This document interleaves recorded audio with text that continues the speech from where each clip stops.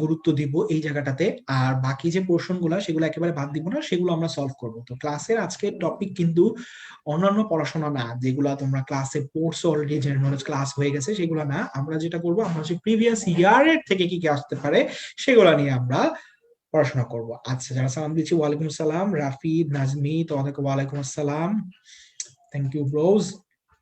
আচ্ছা, তানজিলা তাহসিনা, ভিডিও কোথায়? ভিডিও আছে, তুমি ভিডিও কেন দেখতে পারতেছো না আমি জানি না। তুমি একটু লাইভ থেকে বের হয়ে জয়েন করো, তাহলে আমার আশা করি তোমাদের ভিডিওটা ক্লিয়ার হয়ে যাবে।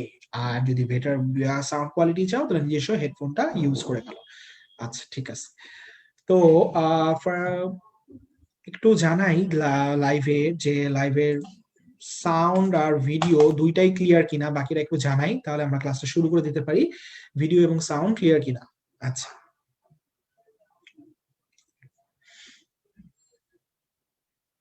আচ্ছা।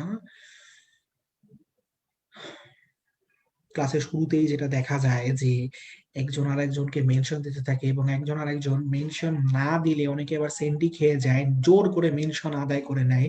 এই কাজগুলা করে কোনো লাভ নাই। তুমি যখন পরীক্ষা দিতে যাবা মেডিকেল ডেন্টাল অ্যাডমিশন টেস্ট, তখন তোমার পরীক্ষা দিতে তোমাকে কেউ কিন্তু হাত ধরে টেনে জোর করে নিয়ে যাবে না মেনশন দেওয়ার মতো করে, তোমাকে নিজেকেই যেতে হবে। এবং তোমাকে যদি কেউ না নিয়ে যায়, তাহলে তুমি কিন্তু মন খারাপ করে বলতে পারবো না পরীক্ষায় দিব না, আমাকে আমার বন্ধু নিয়ে কেন না। সো এইসব নিয়ে ক্লাসের এইখানে কমেন্ট করার দরকার নাই। তারপরে যদি কারোর একান্তই খুব খারাপ লাগে, তাহলে আমি বলে দিই, প্লে স্টোরে মেসেঞ্জার নামে একটা অ্যাপ আছে, হ্যাঁ, ওই অ্যাপটা একটু ডাউনলোড করে নিয়ে তাকে সেই জায়গায় তুমি জানাতে পারো। কিংবা এখন সব জায়গায় যোগাযোগ ব্যবস্থা অনেক উন্নত, টেলিফোন নেটওয়ার্ক সব জায়গায় আছে, সেই টেলিফোন নেটওয়ার্কের মাধ্যমে তুমি একটা কোনো সিম কিনে তাকে ফোন দিয়েও বলতে পারো, তুই আমাকে মেনশন দিস নাই দেখে আমার অনেক খারাপ লাগছে, আমার পড়াশোনা করার আগ্রহ আসতেছে না, প্লিজ আমাকে মেনশন দাও। এই কাজগুলা ওখানে করো, এইখানে করার কোনো প্রয়োজন নাই, বাকিদের ডিস্ট্রাক্ট করার কোনো প্রয়োজন নাই, ক্লাসের শুরুতেই বলে দিচ্ছি। আবার কিছু পাবলিক আছে যারা 45 মিনিট পর এসে জয়েন করে বলবে, আল্লাহ ক্লাস শুরু হয়ে গেছে, আমি তো জানতামই না ক্লাস শুরু হয়ে গেছে, আমাকে অমুক তমুক মেনশন দেয় নাই, দিয়ে সেন্টিমও দিবে। তো আগেই সতর্ক করে দিচ্ছি, এসব করো না। এরকম করলে হঠাৎ করে দেখা যেতে পারে যে তুমি হঠাৎ করে এই গ্রুপটা আর খুঁজে পাচ্ছ না, গ্রুপ হারাই গেছে, তখন কিন্তু আরেক বিপদ হয়ে যাবে, তখন আরো বেশি পরিমাণে সেন্টি খেয়ে ফেলতে হবে, আগেই বলে দিলাম। আচ্ছা, ওকে, আশা করি এখন সবাই সবকিছু শুনতে পাচ্ছ, সবাই স্লাইড দেখতে পাচ্ছ। একজন বলছে কুমার জয় স্লাইডটা আপলোড দিয়ে দিয়েন, স্লাইড আপলোড দেওয়া হবে, কোনো সমস্যা নাই। আজ পর্যন্ত কি এমন হয়েছে যে স্লাইড আপলোড দেওয়া হয় নাই? তাহলে তুমি জানাতে পারো। আচ্ছা, ঠিক আছে, ওকে। এখন আমরা আসি GK previous year question solve. আমার নাম ডাক্তার নাজমুল সাকিব সাওবান। আশা করি তোমাদের সবার সাথে আমার আগে দেখা হয়েছে। যদি কেউ বলে থাকো আগে দেখা হয় নাই, সে আগে কোনো ক্লাস করো নাই, সে ক্লাসটা আবার পরে দেখে নিও, ঠিক আছে? তাহলে ফার্স্টে আমরা কি করব, জিকে প্রিভিয়াস ইয়ার আমি বলছি আমরা জিনিসটাকে দুই ভাগে ভাগ করছি। তুমি একটা জিনিসে আসো ফার্স্টেই, why selection of topics, topic গুলা কি কি, কোনটা ইম্পর্টেন্ট, কোনটা ইম্পর্টেন্ট কম, কোনটায় তোমার বেশি গুরুত্ব দিতে হবে, কোন জিনিসে তোমার কম গুরুত্ব দিতে হবে। তো দেখো কোয়েশ্চেন গুলো কোথেকে আসে, মুক্তিযুদ্ধ প্রশ্ন সংখ্যা 6, আমি 100% আমরা জানি। এবার তো অ্যাকচুয়ালি টপিকই হচ্ছে মুক্তিযুদ্ধ ইতিহাস মেডিকেল ডেন্টাল এডমিশন টেস্টে, তো মুক্তিযুদ্ধ থেকে অর্ধেকের বেশি প্রশ্ন আসবেই, মাস্ট গেল একটা। আচ্ছা, ঠিক আছে। আর সংস্থা, তারপরে দেখো সংস্থা। আচ্ছা, কুমার জয় বলছে সলভের মতো ক্লাস, তাই বললাম। আচ্ছা, এটা কিন্তু সলভের মতন ক্লাস, কিন্তু অ্যাকচুয়াল যে তুমি যে নর্মালি সলভ ক্লাস গুলো করে থাকো, যেটা ট্রেডিশনাল সলভ ক্লাস বলি আমরা কুমার জয়, এটা সেরকম না। সো স্লাইড আপলোড দেওয়া হবে, সমস্যা নাই। আচ্ছা, ঠিক আছে। এখন দেখো সংস্থা, মোস্ট ইম্পর্টেন্ট সংস্থা, কোন সংস্থা? ওই যে তোমার একেবারে খাদ্য সংস্থা থেকে শুরু করে বাণিজ্য সংস্থা, অমুক সংস্থা, তমুক সংস্থা, সব ধরনের সংস্থা থেকে প্রচুর প্রশ্ন আসে। এবং সংস্থা থেকে কি প্রশ্ন বেশি আসে, কোন সংস্থার সদর দপ্তর কোথায়, বা অমুক তমুক সংস্থার অমুক তমুক দেশ কে কোথায় আছে, কোন সংস্থার সদস্য দেশ সে না, কোন সংস্থার সদস্য দেশ তমুক না, সেই জিনিসগুলা থেকে প্রশ্ন আছে সংস্থা থেকে। এবং দেখো প্রশ্ন সংখ্যা 24, অনেক বেশি প্রশ্ন আসছে এই সংস্থা থেকে, ঠিক আছে?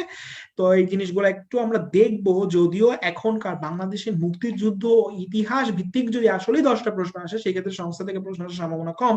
কিন্তু যেহেতু বারবার আসছে, আমাদের এই জিনিসটা একটু দেখতে হবে, আমরা ক্লাসে এটা দেখবো। সাহিত্য, গান এগুলা নিয়ে তো কি বলবো, এগুলো তো জানোই সবাই। রাজনীতি বলতে যেটা বোঝানো হয়েছে যে ওই দেশের আরেক নাম কি, বা রাজনীতিটা অ্যাকচুয়ালি ভূগোলের মধ্যেই পড়ে গেছে, রাজনীতি আর ভূগোল মিলাই, বা অমুক প্রেসিডেন্টের উপাধি কি, এই টাইপের জিনিসপত্র। জেলা বা শহর, ওই যে কমন জিনিস তুমি জানো, অমুক জেলার আগের নাম কি ছিল, তমুক জেলার আগের নাম কি ছিল, কোনটারে বলা হয় বাতাসের শহর। হ্যাঁ, সাফা জাহির ভাইয়া সংস্থা আন্তর্জাতিক নাম, তো সেটাই বললাম, বাংলাদেশের মুক্তিযুদ্ধ ও ইতিহাস থেকে যদি 10টা প্রশ্ন আসলে এসে থাকে যেটা আমাদের বলা হয়েছে, তাহলে সংস্থা থেকে প্রশ্ন আসার সম্ভাবনা কম। তারপরে বাংলাদেশি কিছু সংস্থা তো আছে, কিছু সংস্থা সদর দপ্তর কিন্তু বাংলাদেশেও আছে, বিমস্টেক, সিডাপ, তো এগুলো আসতে পারে। হ্যাঁ, তো এগুলো আমরা একটু তাও দেখে রাখবো, কারণ সংস্থা থেকে প্রশ্ন আসার সংখ্যা অনেক বেশি বিগত বছরগুলো থেকে। আচ্ছা ঠিক আছে, ওকে। তারপরে স্তম্ভ স্থাপনা, খুবই খুবই ইম্পর্টেন্ট। স্তম্ভ স্থাপনা, এই স্তম্ভ কে করছে, তমুক স্তম্ভ কে করছে, এই স্থপতি অমুক স্তম্ভ অলিম্পিকে স্থান পাইছে, সেগুলা থেকে। আচ্ছা, তারপরে দেখো যে শাল, শাল থেকেও কিন্তু প্রশ্ন আসে, কিছু ইম্পর্টেন্ট শাল আছে সেগুলো থেকে প্রশ্ন আসে। দিবস, তামাক মুক্ত দিবস কবে, তারপরে আন্তর্জাতিক কি বলে ক্যান্সার দিবস কবে, পরিবেশ দিবস কবে, এই টাইপের দিবস থেকে কিছু প্রশ্ন আসে। খেলাধুলা, যারা খেলাধুলা এতদিন অবজ্ঞা করতে, দেখো খেলাধুলা থেকে কিন্তু 8টা প্রশ্ন আসছে, অনেক টপিক অনুসারে কিন্তু অনেক ইম্পর্টেন্ট। খেলাধুলাকে অবজ্ঞা করার সুযোগ নাই। যারা হেও প্রতিপন্ন করতে খেলাধুলা, ধর খেলাধুলা জেনারেল নলেজে কি পড়বে, এসব কি আসে নাকি? আসে, অবশ্যই আসে। এবং যাদের খেলাধুলা সম্বন্ধে ন্যূনতম জ্ঞান আছে তারা এই খেলাধুলায় আনসার করার জন্য ডাল ভাত ব্যাপার। চিকিৎসা বিজ্ঞান থেকে অবশ্যই যে চিকিৎসা বিজ্ঞান থেকে তো বলতেই পারো তুমি, কিছু প্রশ্ন আসে, মাঝে মাঝে আসতেই পারে। তবে দেখো যেটা, সেটা হচ্ছে যে নদ নদী, ওই যে ওটা শাখা নদী কত, ওটার অমুক নদী কি, এগুলো এখন আর অত ইম্পর্টেন্ট না। আবিষ্কার, রিসেন্ট কিছু আবিষ্কার টাবিষ্কার, এগুলো নিয়ে মাঝে মাঝে প্রশ্ন আসে। পুরস্কার, ওই যে নোবেল পুরস্কার, সংখ্যা কিন্তু এগুলোর খুবই কম। শস্য ফল আগে আসতো, জাম্বুর আর আরেক নাম কি, তমুক B2E3, এটা কোন শস্য, এইসব আজে বাজে প্রশ্ন কিছু আসতো, এগুলো নিয়ে এত বেশি টেনশন করার দরকার নাই। এগুলো তোমার জন্য ইরিধান বিরিধানের যা প্রশ্ন হবে, বাকিদের জন্য ইরিধান বিরিধানের একই প্রশ্নই হবে। আনলেস কেউ কৃষি কাজে অনেক পারদর্শী হয় বা কৃষি সম্পর্কে অনেক জানাশোনা থাকে, এই জিনিসের নিয়ে বাকিদের মধ্যে কম্পিটিশন সেম থাকবে, তুমিও যা জানো আরেকজনও ইরিধান বিরিধান সম্বন্ধে তাই জানে। আচ্ছা ঠিক আছে। ব্রিটিশ শাসন, এটা নিয়ে অনেকে অনেক বিস্তারিত গভীর পড়াশোনা করে, কিন্তু প্রশ্ন আসার সংখ্যা একটু কম। তারপরও ব্রিটিশ শাসন একদম হেবল করা যাবে না। এখনকার সময় ব্রিটিশ শাসন থেকে কিছু জিনিস পড়তে হবে, এই কারণেই যে এখনকার টপিকই হলো বাংলাদেশের মুক্তিযুদ্ধ ও ইতিহাস। আচ্ছা ঠিক আছে। আচ্ছা, কুমার জয় ভাইয়া অলিম্পিক থেকে কি আসতে পারে? অলিম্পিক খেলাধুলা থেকে তো আসতেই পারে। খেলাধুলা থেকে দেখো বেশ কয়েকবার কিন্তু প্রশ্ন আসছে, অলিম্পিক থেকে কিছু জিনিস আসতে পারে। একটা জ্বলন্ত প্রশ্ন হলো নেক্সট অলিম্পিকটা কত সালে এবং কোথায় অনুষ্ঠিত হওয়ার কথা আছে। আচ্ছা ঠিক আছে। সাম্প্রতিক থেকে প্রশ্ন আসার সংখ্যা খুবই কম। সাম্প্রতিক থেকে ইউজুয়ালি মেডিকেল ডেন্টাল অ্যাডমিশনের প্রশ্ন খুব একটা ওরকম রিসেন্ট টপিক, রিসেন্ট আন্তর্জাতিক থেকে প্রশ্ন কিন্তু কম দেয়। আচ্ছা ঠিক আছে। তো এখানে সবগুলাতেই আমি একই কথাই বলতেছি যে মেইন ফোকাস আমাদের এখন বাংলাদেশের মুক্তিযুদ্ধ ইতিহাস নিয়ে, আমরা বাকিগুলায় ফোকাস কম দিব, এখানে ফোকাস আমরা একটু বেশি দিব। আচ্ছা ঠিক আছে। মুদ্রা বৃহত্তম, একজন প্রশ্ন বলছে যে 10টাই খেলা থেকে দিত, এইখানেই হলো থিওরি অফ রিলেটিভিটি, আইনস্টাইন এই জন্যই আপেক্ষিক তত্ত্বটা কিন্তু দিয়ে গেছে। তুমি এই লাইনটা বলবা দেখি, তুমি চাচ্ছ 10টাই যদি তোমার ইয়ে দিয়ে দিত, খেলাধুলা থেকে দিত, কিন্তু তোমার সাথে পড়তেছে এরকম আরো কয়েকজন আছে তারা চাচ্ছে যে একটাও যদি খেলাধুলা থেকে না যেত, কারণ তারা খেলার খও জানে না, ক্রিকেট খেলা কিভাবে হয়, ক্রিকেট খেলায় ব্যাটসম্যান কয়জন এটাও অনেকে জানে না। তো এই জন্য আইনস্টাইন থিওরি অফ রিলেটিভিটি চ্যাপ্টারটা, মানে এই জিনিসটা আবিষ্কার করছে, এই লাইনটা চিন্তা করি যে একজনের কাছে যেটা সহজ সেটাই আরেকজনের কাছে কঠিন, সেই জিনিসটাই থিওরি অফ রিলেটিভিটি। আচ্ছা ঠিক আছে, ওকে। আচ্ছা ঠিক আছে ভাইয়া, এইবার করোনা ভাইরাস থেকে কি কোয়েশ্চেন আসতে পারে? করোনা ভাইরাস থেকে কোয়েশ্চেন আসতে পারে, অবশ্যই পারে। করোনা ভাইরাস তো এটা খুবই সবার প্রিয় ভাইরাস, সবার মুখে মুখে আসতেছে, করোনা ভাইরাস থেকে প্রশ্ন আসতে পারে। আচ্ছা, ভাইয়ার কথা শুনে মনে হচ্ছে আমি জিকে কিছুই পারি না। অবশ্যই তোমার কথা শুনে মনে হলে তো হবে না, তুমি একটু পরে স্লাইড গুলা দেখবা, যখন কিছু প্রশ্ন করব প্রশ্নগুলোর উত্তর যখন দিয়ে দিবা তখন দেখবা তুমি জিকে সবই পারো, ঠিক আছে? আচ্ছা ঠিক আছে, ওকে। তারপরে দেখো মাইথোলজি থেকে প্রশ্ন আসছে, গ্রিকদের ফার্টিলিটির দেবী কাকে বলা হয়, সেখান থেকে প্রশ্ন আসছে, একবারই আসছে। এই সব উপজাতি তারপর মহাকাশ এগুলা নিয়েও বেশি সময় নষ্ট করার কোনো দরকার আর নাই। আচ্ছা ঠিক আছে। আর বিবিধ থেকে 10টা, বিবিধ মানে কি, যেগুলো কোনো টপিকের মধ্যেই পড়ে না, উল্টা পাল্টা আজে বাজে কিছু প্রশ্ন, যেমন কি জানি একটা প্রশ্ন আসছিল তোমাদের, ইলিশ রক্ষায় কোনটা সবচেয়ে বেশি গুরুত্বপূর্ণ ভূমিকা রাখছে, এই টাইপের উল্টাপাল্টা প্রশ্ন। আচ্ছা ঠিক আছে, ওকে। তাহলে সিলেকশন অফ টপিকস আমরা এখন বুঝে গেছি, এখন আমাদের কি পড়তে হবে, কি বাদ দিতে হবে, সবাই কিন্তু মোটামুটি ধারণা পেয়ে গেছি। পড়বো কি, মুক্তিযুদ্ধ ইতিহাসের মধ্যেই পড়বো, এবং মুক্তিযুদ্ধ ইতিহাসের মধ্যেও ভাগ আছে, কোনগুলোতে আমরা বেশি সময় দিব, কোনগুলোতে আমরা কম সময় দিব, সেগুলো আমরা একটু দেখবো। আর কোন জিনিসগুলো আমরা একেবারেই স্কিপ করে যেতে পারি, শস্য ফল মূল এইসব জিনিসগুলো আমরা এখন আর অতটা গুরুত্ব দিয়ে পড়বো না, কিংবা আবিষ্কার কিংবা নদ নদী এগুলো জিনিসে সময় বেশি দেওয়ার দরকার নাই। আচ্ছা ঠিক আছে, তাহলে আমরা একটু আগে আসি। প্রথমেই যে জিনিসগুলো তোমাকে পড়তেই হবে, বলছি 2 ভাগে ভাগ করছি আমরা জিকে কে। আচ্ছা ঠিক আছে, সেই জিনিসগুলা জিকে অনেক বাকি, কোনটা রেখে কোনটা পড়ি, এই সমস্যাই হয় অনেকের, যে বাকিগুলা physics chemistry mathematics, sorry mathematics তো নাই, ফিজিক্স কেমিস্ট্রি, তারপরে তোমার বায়োলজি মধ্যে ভাগ আছে, বটনি জুলজি ইংলিশ টিংলিশ, এগুলা পড়ার পরে জিকে অনেক কিছু পড়া বাকি থাকে। আমরা কিন্তু এখন ফোকাস দিচ্ছি প্রিভিয়াস ইয়ারের কোয়েশ্চেনের উপরে, নট অ্যাজ এ ক্লাস। আমরা প্রিভিয়াস ইয়ারের কোয়েশ্চেন নিয়ে আলোচনা করতেছি কিন্তু এখানে, ঠিক আছে। তো তখন দেখা যায় যে প্রিভিয়াস ইয়ারের কোয়েশ্চেনের মধ্যে জিকে সবকিছু বাকি। আমি একটু জুম ইন করি, অনেক কিছুই আমার বাকি। আমি এখন কোনটা বাদ দিব, কোনটা পড়বো, কোনটা দেখে যাব, কোনটা দেখে যাব না, তাদের জন্য হচ্ছে একটা লাইফ সেভিং জিনিসপত্র এখানে আছে। যদি আমরা বলছি জিকে কে আমরা 2 ভাগে ভাগ করে ফেলছি, তাহলে এগুলো অবশ্যই তোমাকে দেখে যেতে হবে। আচ্ছা ঠিক আছে, তাহলে এখন আমরা আসি মেডিকেল কলেজ ভর্তি পরীক্ষা 2019-20, 2019-2020। প্রথম প্রশ্ন, স্বাধীনতা স্তম্ভ কোথায় অবস্থিত? বলছি স্তম্ভ খুবই খুবই বেশি গুরুত্বপূর্ণ, স্তম্ভ জিনিসগুলা। আচ্ছা, তো এটা তো আনসার দেয়াই আছে, কোথায় অবস্থিত? সোহরাওয়ার্দী উদ্যানে। স্বাধীনতা স্তম্ভটা অবস্থিত কোথায়? সোহরাওয়ার্দী উদ্যানে। তো তুমি এই ক্লাস শেষে কিন্তু এই পিডিএফ গুলা ফাইল গুলা আপলোড দিয়ে দেওয়া হবে। আপলোড দেওয়ার পরে তুমি যেটা করবা, দেখো স্বাধীনতা স্তম্ভ কোথায় অবস্থিত, তুমি এটা জানলা, সাথে সাথে তোমাকে এই সব স্লাইড গুলো আপলোড করে দেওয়া হবে। এই যে দেখো তোমাদের জন্য সুন্দর করে একটা স্থাপত্য ভাস্কর্যের একটা ছক আনা হয়েছে, স্থাপত্য এবং ভাস্কর্য একটা সুন্দর একটা ছক আনা হয়েছে এই স্লাইডের মধ্যে। আচ্ছা ঠিক আছে, জান্নাতুল ফেরদৌস মিম জিকে 2 তে আছে, জিকে তে এই স্লাইড গুলো শুনো, এগুলো তোমাদের বইয়েও আছে, এবং এই স্লাইড গুলো তোমাদেরকে আপলোডও দিয়ে দেওয়া হবে, ঠিক আছে, একসাথে পড়ার জন্য কোনো চিন্তা করার দরকার নাই। আচ্ছা, তাহলে স্থাপত্য ভাস্কর্যের সুন্দর করে একটা স্লাইডে সুন্দর করে তোমাদের একবারে ছক করে কিন্তু আমি দিয়ে দিছি, ঠিক আছে, কোনটা কোথায় অবস্থিত, স্টেপ শেষ স্থপতিকে। এর মধ্যে কিছু ইম্পর্টেন্ট আমি তোমাদেরকে দাগাই দিই, ঠিক আছে, কিছু ইম্পর্টেন্ট বলে দিচ্ছি আমি। যেমন হচ্ছে যে এই যে স্টেপস অবশ্যই গুরুত্বপূর্ণ, কারণ এটা একটা আন্তর্জাতিক পর্যায়ে আমাদের প্রতিনিধিত্ব করছে। স্টেপস এর স্থপতি হামিদুজ্জামান খান কোথায় গেছিল? সিউল অলিম্পিকে, ঠিক আছে। মিশুকের স্থপতি মোস্তফা মনোয়ার। মিশুক জিনিসটা কোথায় এটা অনেকেই দেখেনি, আমি একটু পরে দেখাচ্ছি তোমাদের মিশুক জিনিসটা কোথায়। জাতীয় স্মৃতিসৌধ তো অবশ্যই ইম্পর্টেন্ট, কেন্দ্রীয় শহীদ মিনার ছোটবেলা থেকে জেনে আসতেছে। অপরাজেয় বাংলা, স্বোপার্জিত স্বাধীনতা, সাবাস বাংলাদেশ। সাবাস বাংলাদেশ কিন্তু অনেকবার অনেকগুলো পরীক্ষায় আসছে। সাবাস বাংলাদেশের স্থপতিকে নিতুন কুণ্ড কোথায় অবস্থিত? রাজশাহী বিশ্ববিদ্যালয়ে।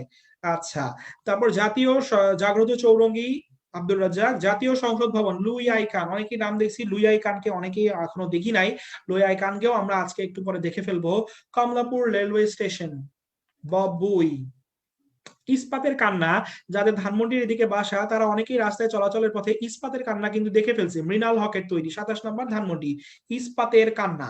সার্ক ফোয়ারা, এটাও নিতন পন্ডের তৈরি। নিতন পন্ডের তাহলে দুইটা হলো, একটা হচ্ছে সাবাস বাংলাদেশ আর একটা কি সার্ক ফোয়ারা। সার্ক ফোয়ারা কারণ বাজারে আছে সার্ক ফোয়ারাটা।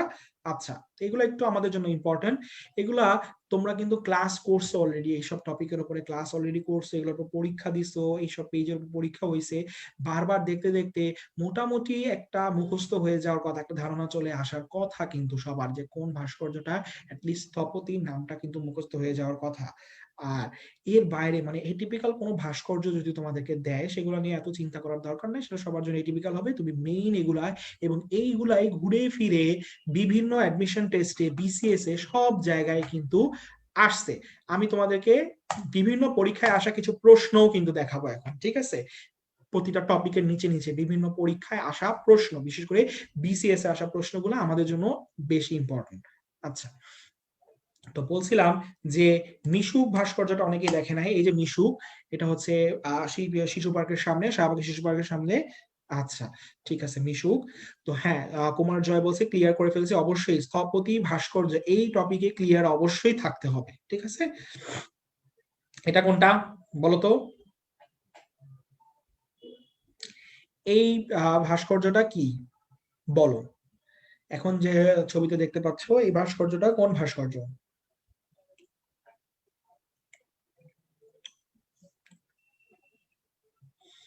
আচ্ছা,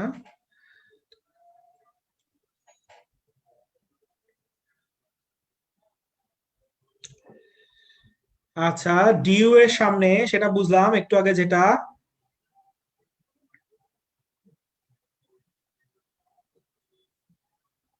এই তো একজন সঠিক উত্তর দিয়েছে, অরূপ বিশ্বাস সঠিক উত্তর দিয়েছে, এটা হচ্ছে রাজু ভাস্কর্য। একটু আগে যে ভাস্কর্য, এই যে ভাস্কর্য দেখলেন, এটা হচ্ছে সন্ত্রাস বিরোধী রাজু ভাস্কর্য। এটা হলো সন্ত্রাস বিরোধী রাজু ভাস্কর্য। এটা একটু সবাই একটু ভালো করে খেয়াল করে নিও। সন্ত্রাস বিরোধী রাজু ভাস্কর্য, এটা তো ভাস্করকে শ্যামল চৌধুরী, টিএসসি ঢাকা বিশ্ববিদ্যালয়, সন্ত্রাস বিরোধী রাজু ভাস্কর্য, সন্ত্রাস বিরোধী রাজু ভাস্কর্য। এটা হচ্ছে সন্ত্রাস বিরোধী রাজু ভাস্কর্য আমাদের টিএসসি তে। আচ্ছা, ঠিক আছে, হ্যাঁ, রাজু ভাস্কর্য, ঠিক আছে। তো অনেকেই এই ভাস্কর্যগুলো হয়তো অনেকে দেখি নাই, তো আজকে আমরা দেখে ফেললাম ব্যাপারগুলা। তাহলে একসাথে কি করবা, তাহলে তুমি যখন জিকে যখন কোয়েশ্চেন গুলো সলভ করবা, আমি তো স্লাইড গুলো আপলোড দেয়াই থাকবে, তুমি প্রথম প্রশ্নটা দেখলা, সাথে সাথে তুমি এই সবগুলা ভাস্কর্যের আর ভাস্করের নামগুলো একটু দেখে ফেলবা, ঠিক আছে। তাহলে তোমাদের জন্য ব্যাপারগুলা ইজি হবে একটু। একবারে দেখে ফেলতে হবে। এখন দেখো কিছু প্রশ্ন আমি বলছি যে এই টপিক থেকে অন্যান্য বছরে বা অন্যান্য পরীক্ষায়, বিশেষ করে বিসিএস এ কি কি প্রশ্ন আসছে, দেখো কিছু প্রশ্ন আমরা সলভ করব। দেখো উত্তর দাও, জাতীয় স্মৃতিসৌধের উচ্চতা কত মিটার? আনসারটা বলো তো, এখন তোমরা স্লাইডে দেখতে পাচ্ছ, জাতীয় স্মৃতিসৌধের উচ্চতা কত মিটার? ভাইয়া প্রিভিয়াস ইয়ারের কোয়েশ্চেন বিসিএস ছাড়া আর কোন কোন এক্সামের গুলা পড়বো? চয়ন ঘোষ, তোমার যদি সময় থাকে ভাইয়া তাহলে তুমি ডিউ ডিউ নিট গুলা দেখতে পারো, আগে বিসিএস পড়ে সময় পেলে তারপর এটা। আচ্ছা, ঠিক আছে। আচ্ছা, শারজিদ উত্তর দিছে ক, 46.5। উম্মে হাবিবা ক, খুরশিদ জাহান রিতা এ, আহসান এ, অনিকের উত্তর এ। আচ্ছা, সবাই এ উত্তর দিচ্ছে, রেটুসা উত্তর এ, তামান্না এ, ইতি এ। ওকে, গুড। তার মানে শরীফের উত্তরে এ। সবাই আশা করি তাহলে এই জিনিসটা পারছে। এই কোশ্চেনটা বিসিএস এ বেশ কয়েকবার আসে। জাতীয় স্মৃতিসৌধের উচ্চতা কত মিটার? 46.5 metre, 46.5 metre. এ উত্তর। গুড, প্রিপারেশন ভালো হচ্ছে তাহলে এগুলা থেকে। তাহলে ভাস্কর্য বিষয়ে কিন্তু অবশ্যই ক্লিয়ার থাকতে হবে। তারপর মিশুকের স্থপতি, একটু আগে মিশুককে আমরা দেখে আসছি, মিশুকের স্থপতির নাম কি? একটু আগে ছকেও আমরা দেখছি, মিশুকের স্থপতির নাম কি? মিশুকের স্থপতির নাম কি? কে বলো উত্তর? মোস্তফা মনোয়ার। গুড, কুমার জয়, মোস্তফা মনোয়ার। মিশুকের স্থপতির নাম মোস্তফা মনোয়ার। শাহজিদের উত্তর ও মোস্তফা মনোয়ার। জারিন জান্নাত এ, নাবিলা এ। আচ্ছা, তাহলে আমি আবারও বলতেছি, এই ক্লাসের এই পিডিএফ গুলো কিভাবে পড়বা, তুমি কোয়েশ্চেন গুলো দেখবা, সাথে সাথে কোয়েশ্চেনের সাথে রিলেটেড যে টপিক গুলো সেগুলো একবারে দেখে ফেলবা, সেগুলো স্লাইড আমি সুন্দর করে তৈরি করে দিছি। আর নিচে যে স্টার স্টার যে কোয়েশ্চেন গুলো, এগুলো বিসিএস বা ডিউ ইউনিটে আসা বেশ কয়েকবার আসা প্রশ্ন, ইম্পর্টেন্ট প্রশ্নগুলো আমি কিছু তুলে দিছি এখানে। আচ্ছা, এ। ওকে, গুড, ঠিক আছে, মিসরুদ্দৌলি, মোস্তফা মনোয়ার। তারপর জাগ্রত চৌরঙ্গীর ভাস্করকে, জাগ্রত চৌরঙ্গী অনেকবার আসছে ভর্তি পরীক্ষাগুলোতে, জাগ্রত চৌরঙ্গীর ভাস্করকে? Leonardo da Vinci, Nitun Kundu, Hamidur Rahman, Abdur Razzak. কে কে জাগ্রত চৌরঙ্গীর ভাস্কর? আচ্ছা, জাগ্রত চৌরঙ্গীর ভাস্কর কে? সি, নাবিলার উত্তর সি। আচ্ছা, আব্দুর রাজ্জাক, জাগ্রত চৌরঙ্গী আব্দুর রাজ্জাক। শারজিদ, রেটুসা সি। ওকে। তারপরে কোয়েশ্চেন, মুক্তিযুদ্ধ স্মৃতিস্তম্ভ বিজয় কেতন কোথায় অবস্থিত? ঢাকা সেনানিবাসে। বিজয় কেতন অবস্থিত ঢাকা সেনানিবাসে, ঢাকা ক্যান্টনমেন্টে অবস্থিত বিজয় কেতন। আচ্ছা, তারপরে কোয়েশ্চেন দেখো, মুক্তিযুদ্ধ চলাকালীন সময়ে বাংলাদেশকে কয়টা সেক্টরে ভাগ করা হয়েছিল? এই প্রশ্ন ছোটবেলার মানে ক্লাস ওয়ানে থাকা একটা বাচ্চাকেও যদি জিজ্ঞেস করো তুমি, সে উত্তর দিতে পারবে। এইটার উত্তর কি? মুক্তিযুদ্ধ চলাকালীন বাংলাদেশ কয়টা সেক্টরে ভাগ করা হয়েছে? 11টা সেক্টরে। 11টা সেক্টরে মুক্তিযুদ্ধ চলাকালীন বাংলাদেশকে ভাগ করা হয়েছে সেক্টর কয়টা? 11টা। দেখো এরকম ছোট বাবুদের প্রশ্ন মেডিকেল ডেন্টাল অ্যাডমিশন টেস্টে কিন্তু আসছে। সো এরকম শিশু সুলভ ছোট ছোট প্রশ্ন কিন্তু অবহেলা করা যাবে না। তারপরে এইসব প্রশ্ন অনেক সময় ভুল হয়ে যায় অতিরিক্ত উত্তেজনায়। এই 11কে একটা জিনিস আছে যে 10 নম্বর সেক্টরে কিন্তু কোনো সেক্টর কমান্ডার ছিল না। তো এই 10 নম্বর সেক্টরটা অনেকের মাথায় অনেক হিট করে, অনেক সময় মানে সবগুলো সেক্টর কমান্ডার আছে, 10 নম্বর নাই, 10 নম্বরটা মাথায় ঘুরতে থাকে। তো পরীক্ষায় প্রশ্ন আসার পরে ওই 11 জায়গায় ওই 10-10 যেহেতু মাথায় ঘুরে, সেক্টর দেখলেই 10-10 মাথায় আসে যে ওইটারই সেক্টর কমান্ডার ছিল না, 10 জায়গায় চলে আসে। কিন্তু খেয়াল রাখতে হবে এইসব ভুল টুল করা যাবে না, 11টা ছিল। আচ্ছা, তো এখন এই সেক্টর গুলার সেক্টর কমান্ডারদের নাম তো পড়তে হবে না? প্রতিটা সেক্টরের কি আলাদা আলাদা সেক্টর কমান্ডার আছে না? অবশ্যই আছে। তাহলে আমরা এখন কি করব? আমরা একটু সেক্টর কমান্ডারদের নামগুলা পড়বো, সেক্টর কমান্ডারদের নামগুলা পড়বো। আচ্ছা, ইভা আহমেদ অনেক, অবশ্যই জাতীয় পাখির নাম আসে তো, জাতীয় পাখির নাম অনেকে টিয়া, দোয়েল, বুলবুলি সবকিছুর মধ্যে অনেকে কনফিউজড হয়ে যায়। সো সহজ প্রশ্ন আসে কিন্তু পরীক্ষার টেনশনে জাতীয় পাখির নাম, জাতীয় ফলের নামও ভুল হয়ে যায় অনেক সময়। জাতীয় ফল দিলে মনে হয় আচ্ছা আম না কাঁঠাল না জাম, আমি তো আম বেশি খাই, আমি কি জাতীয় ফল তাহলে? এইগুলা নিয়ে অনেক সময় কনফিউশন হয়। আচ্ছা ঠিক আছে, এখন দেখো যে সেক্টর কমান্ডারদের পরিচয়, ঠিক আছে। ফার্স্টেই দেখো আমি একটু জুম ইন করি, সেক্টর কমান্ডারদের পরিচয়গুলা কি। প্রথমে তুমি এরকম একটা ছন্দ টাইপের সেক্টর কমান্ডারদের জন্য তুমি এরকম ছন্দ টাইপের মনে রাখতে পারো। ফার্স্টেই মনে রাখবা, দেখো কয়েকটা ছোট ছোট ওয়ার্ড মনে রাখতে হবে। ফার্স্টেই মনে রাখবা এ জির, এ জির সেক্টর কমান্ডার গুলা কিন্তু দায়িত্ব পালাক্রমে ভাগ করে করছে, হ্যাঁ। কেউ এই মাস থেকে ওই মাস, তারপর পরবর্তী মাস থেকে বাকিটুকু সময় আরেকজন, এই জন্য, ঠিক আছে। আর তাহলে এ জির, এ জি, তাহলে এ দিয়ে মনে রাখবা, এ দিয়ে এক, এগুলো তো আপলোড দেয়াই থাকবে, আমি আরো বলতেছি। এ দিয়ে মনে রাখবা এক। আর জির, জি দিয়ে জিয়াউর রহমান, র দিয়ে রফিকুল ইসলাম, জি দিয়ে জিয়াউর রহমান, র দিয়ে রফিকুল ইসলাম। এ জির, এ তে এক, জি তে জিয়াউর রহমান, র তে রফিকুল ইসলাম, এ জির। তারপরে 2 নম্বরের জন্য মনে রাখো মোটু খাহা, মোটু খাহা। দেখো মোটু খাহা, যারা এখনো অপ্রাসঙ্গিক কমেন্ট করে যাচ্ছি, যে কোনো সময় এমন হতে পারে, আমি আবারও বলতেছি, প্রাসঙ্গিক কমেন্ট করার জন্য কিন্তু তুমি আর জায়গা খুঁজে নাও পেতে পারো। সো সাবধান হয়ে যাও। আচ্ছা, মোটু খাহা মনে রাখো। তাহলে ম দিয়ে মনে রাখো খালেদ মোশাররফ, টু, এই যে টুটা আছে মোটু টু, টু দিয়ে মনে রাখো টু, 2 নং। আর খা দিয়ে মনে রাখো খালেদ, ম দিয়ে মনে রাখো মোশাররফ। আর লাস্টে যে হা আছে, হা দিয়ে মনে রাখো হায়দার। এটা কিন্তু খুব জটিল একটা টপিক, 11টা সেক্টরের সেক্টর কমান্ডারের নাম মুখস্থ রাখা কিন্তু খুব সহজ কথা না।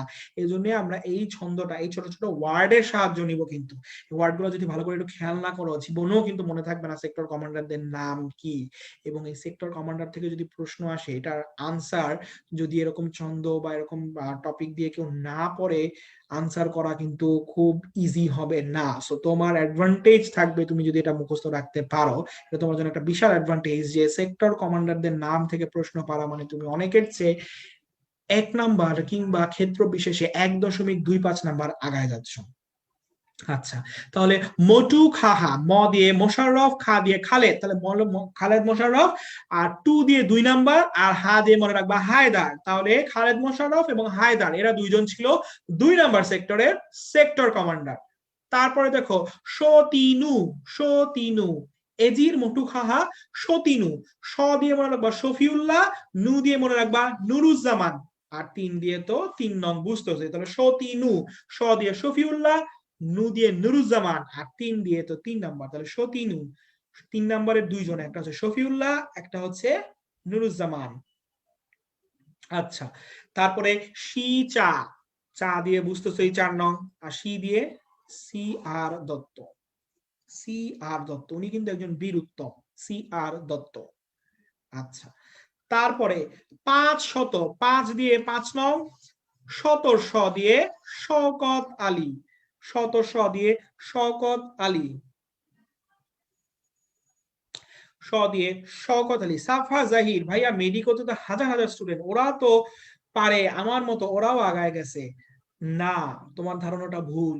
তোমার মতো সবাই কিন্তু এই ক্লাসটা করতেছে না, সবাই মনোযোগ দিচ্ছে না, অনেকে অনেক কাজে ব্যস্ত আছে, সবাই কিন্তু পড়তেছে না। হাজার হাজার স্টুডেন্টের মধ্যে হাজার হাজার স্টুডেন্টই যে এই ছন্দটা, এই ছকটা বা এই সেক্টর কমান্ডারদের নামগুলা মুখস্থ করবে সেটা কোনোদিনও সত্য না। ঠিক আছে, তাদের মধ্যেও আবার ভাগ আছে।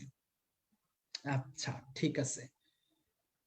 হ্যাঁ, সিআর দত্ত, উনি কিছুদিন আগে মারা গেছেন, তার নামে কিন্তু বাংলাদেশে একটা সড়কও আছে ঢাকাতে, বীর উত্তম সিআর দত্ত রোড। আচ্ছা ঠিক আছে। তারপরে দেখো শি চা, সিআর দত্ত চা, 500, 5 দিয়ে মনে রাখবা শওকত আলী। বাছা, বাছা, ছা দিয়ে তো মনে রাখবা 6 নং, আর বা দিয়ে হচ্ছে উইং কমান্ডার বাসার, উইং কমান্ডার বাসার, উইং কমান্ডার বাসার। শাকানু, সা দিয়ে 7 নং, সা দিয়ে 7 নং। তারপরে কা দিয়ে কি, কাজী, কানু দিয়ে কাজী নুরুজ্জামান, কাজী নুরুজ্জামান।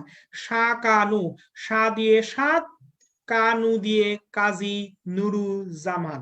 আচ্ছা, একজন বলছে এটার সাথে সতীনু ইয়ে হয়ে যাবে, মিলে যাবে, মিল হওয়া কোনোদিনও সম্ভব না, কারণ সতীর মধ্যে 3 আছে, 3 নাম্বার ওইটা। আর শাকা, শাকার মধ্যে কি আছে, সা, সা দিয়ে তো 3 হয় না, সা দিয়ে তো 7ই হয়, আর কানু দিয়ে কাজী নুরুজ্জামান। আচ্ছা ঠিক আছে। তারপরে দেখো উ আটমন, উ আটমন, উ দিয়ে উসমান, আট দিয়ে তো 8, মন দিয়ে মনসুর। উ আটমন, উ আটমন, উ আটমন। তাহলে উ দিয়ে উসমান, 8 দিয়ে 8 নং, ম দিয়ে মনসুর। আর জনম খুব ইজি, 9 দিয়ে 9 নং, জ দিয়ে জলিল, ম দিয়ে মঞ্জুর। 9 নং জনমের, 9 দিয়ে 9 নং, জ দিয়ে জলিল, ম দিয়ে মঞ্জুর। আচ্ছা, এটা গেল 9 নং। 10 নং সেই বিখ্যাত সেক্টর, যেটা কোনো সেক্টর কমান্ডার ভাবে ছিল না। আর 11 হাতা, ইজিলি মনে থাকে, দেখো 11, 11 তো বুঝছো, 11 নাম্বার হাতা, হা দিয়ে হামিদুল্লাহ, তা দিয়ে আবু তাহের, হামিদুল্লাহ তাহের। 11 হাতা, 11 হাতা, 11 দিয়ে 11, হা দিয়ে হামিদুল্লাহ, তাতে তাহের। তাহলে এটা যদি তুমি পড়ে ফেলো, তাহলে তুমি একটা বিশাল একটা পুণ্যের কাজ করলা, মেডিকেল ডেন্টাল অ্যাডমিশন টেস্টের জন্য প্রচুর দূর আগায় গেলা। এটা শুধু মেডিকেল ডেন্টাল অ্যাডমিশন টেস্টের জন্যই না, এটা পরবর্তী তোমার যে কোনো পরীক্ষা, বিসিএস পরীক্ষার জন্য খুবই গুরুত্বপূর্ণ, বিভিন্ন সেক্টর কমান্ডারদের নামগুলা। তাহলে 3 নং-এর সেক্টর কমান্ডার নুরুজ্জামান আর 7 নং-এর সেক্টর কমান্ডার নুরুজ্জামান কি একই ব্যক্তি? না, একই ব্যক্তি হওয়ার কথা না, একজন দুইটার দায়িত্ব নেওয়াটা একটু টাফ। আচ্ছা আচ্ছা ঠিক আছে। তাহলে এ জির, এ দিয়ে 1, জি দিয়ে জিয়াউর রহমান, র দিয়ে রফিকুল ইসলাম, মধু খাহা, হা দিয়ে হায়দার, ম দিয়ে খালেদ মোশাররফ, 2 দিয়ে তো 2 নাম্বার সতিনু, স দিয়ে কি শফিউল্লাহ, 3 দিয়ে 3, নু দিয়ে নুরুজ্জামান। সিচা, সিআর দত্ত 4 নাম্বার। 500, 5 দিয়ে 5, স দিয়ে শওকত আলী। বাছা, ছা দিয়ে 6 নাম্বার, বা দিয়ে বাসার। শাকানু, সা দিয়ে 7, কানু দিয়ে কাজী নুরুজ্জামান। উ আটমন, 8, উ দিয়ে উসমান, মন দিয়ে মনসুর। আর 9 জনম, 10 তো নাই, 11 হাতা, হায়দার আর তাহের। না, হায়দার নাকি হামিদুল্লাহ আর তাহের। আচ্ছা ঠিক আছে। এখন আমরা আসি যে এই সেক্টর কমান্ডার গুলার নাম কিন্তু তুমি তাহলে সাথে সাথেই কিন্তু পড়ে ফেললা। তুমি ওই কোয়েশ্চেনটা দেখলা, আর তুমি সাথে সাথে সেক্টর কমান্ডারদের নামগুলো একটু পড়ে ফেললা। এখন আসো সেক্টর ভিত্তিক আর কি কি প্রশ্ন আসে। একটা প্রশ্ন বিসিএস এ 2-3 বার আসছে, মুক্তিযুদ্ধের সময় সুন্দরবন কত নং সেক্টরে ছিল? সুন্দরবন কত নং সেক্টরে ছিল? আনসার বলো, সুন্দরবন কত নং সেক্টরে ছিল?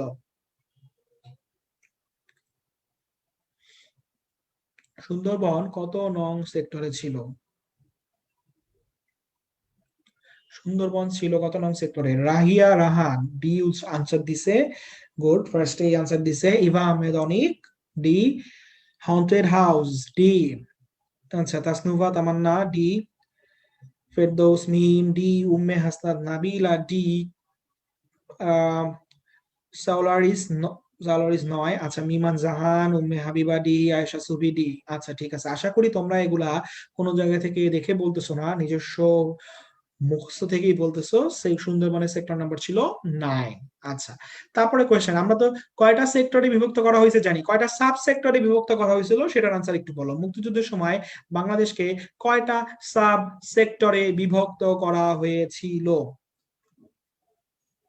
আচ্ছা ঠিক আছে, কয়টা সাব সেক্টরে বিভক্ত করেছিল? 64টা, 64। 64টা সাব সেক্টরে বিভক্ত করা হয়েছিল। মুক্তিযুদ্ধের সময় বাংলাদেশকে কয়টা সাব সেক্টরে বিভক্ত করা হয়েছিল? 64। আনসার এ। আচ্ছা, এরপরের কোশ্চেনে আসি।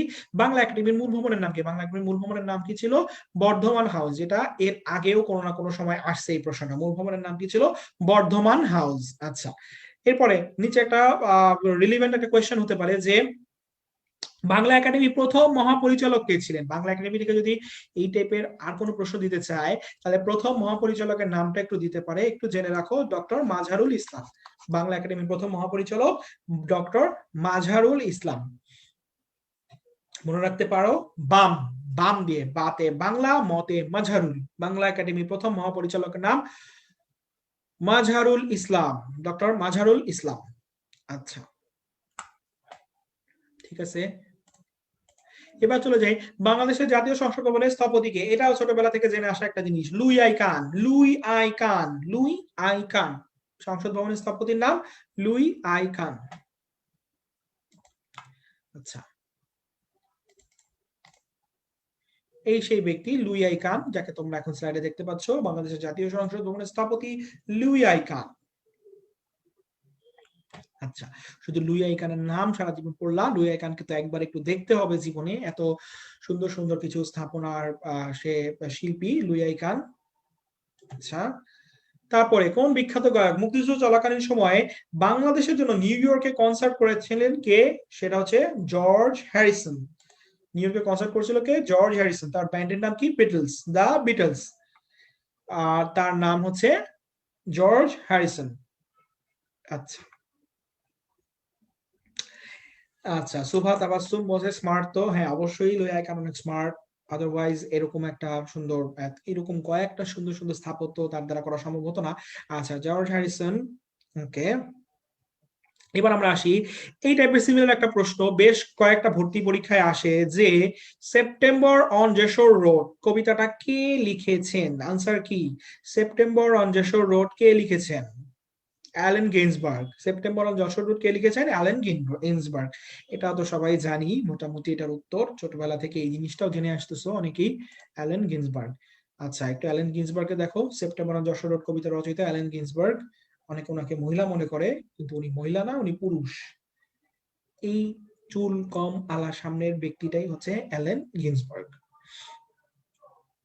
আচ্ছা ঠিক আছে, তাহলে আমরা চলে যাই। কোন সালে Bangladesh cricket one day status লাভ করে? বাংলাদেশ ক্রিকেট কোন সালে ওয়ান ডে স্ট্যাটাস লাভ করে? কত সালে? 1997, 1997 সালে। 1997 সালে বাংলাদেশ ক্রিকেট দল ওয়ান ডে স্ট্যাটাস লাভ করে। কত সালে? 1997 সালে।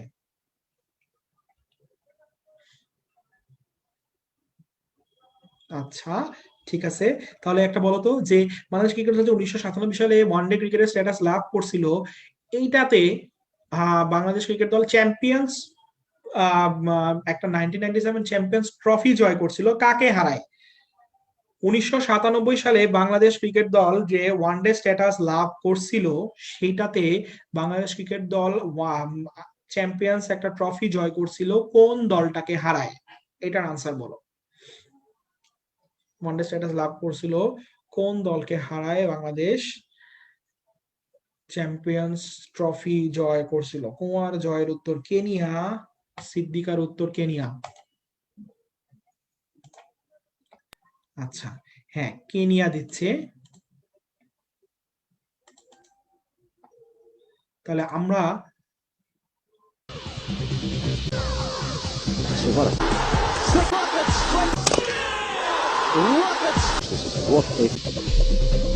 আমরা একটু কেনিয়া সেই ভিডিওটা আমরা একটু হালকা দেখি, একটু রিক্যাপিচুলেট করি আমরা সেই মোমেন্টটা। বাংলাদেশের ওয়ান ডে স্ট্যাটাস হয়, বাংলাদেশের ক্রিকেটকে বদলাই দিছিল, হ্যাঁ, প্রথম ক্রিকেটকে বদল আনছিল এই জয়টা, যেটা দিয়ে বাংলাদেশ ক্রিকেট দল আজকে এত দূর চলে আসছে, সেই জিনিসটা আমরা একটু দেখি, ঠিক আছে?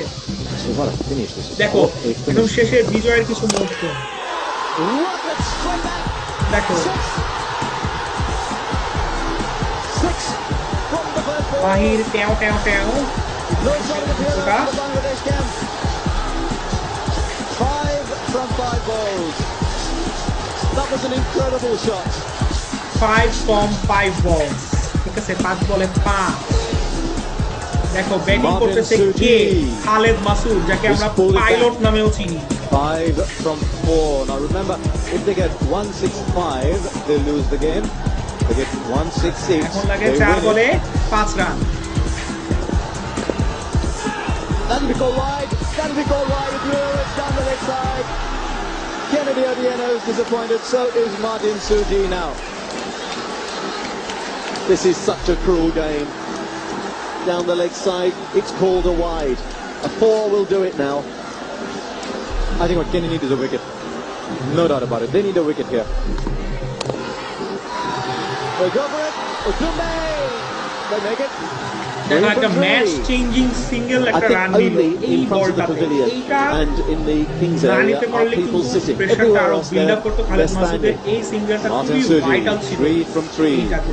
Hasibul Hussain. No, that is not what Bangladesh want. They want a single, a little nudge. Now, what Hasibul Hussain has done is he's ensured that he now, in all likelihood, has got to win the match. Now, Gordon Bennett is saying, take a single maybe. He's got it. He is the hero. He'll just pull that one in. The scores are level, are they? 1 to go. Now, normally, with 1 run required and 1 ball remaining, you've got a tie if you don't hear. The ICC trophy is at stake here. 1 ball. দেখো ডাগআউটের সময় এক বলে এক run, সেই টাইমের সেই ফিলিংসটা আমরা সেই পাই নাই, কারণ আমরা এই জিনিসটা লাইভ দেখি, সেই টাইমে সারা দেশের মানুষের কি অবস্থা ছিল সেটা বুঝতে পারছে যে জাস্ট এক বলে এক রান, কত বড় একটা জয়ের মধ্যে সারা দেশ দাঁড়ায় ছিল।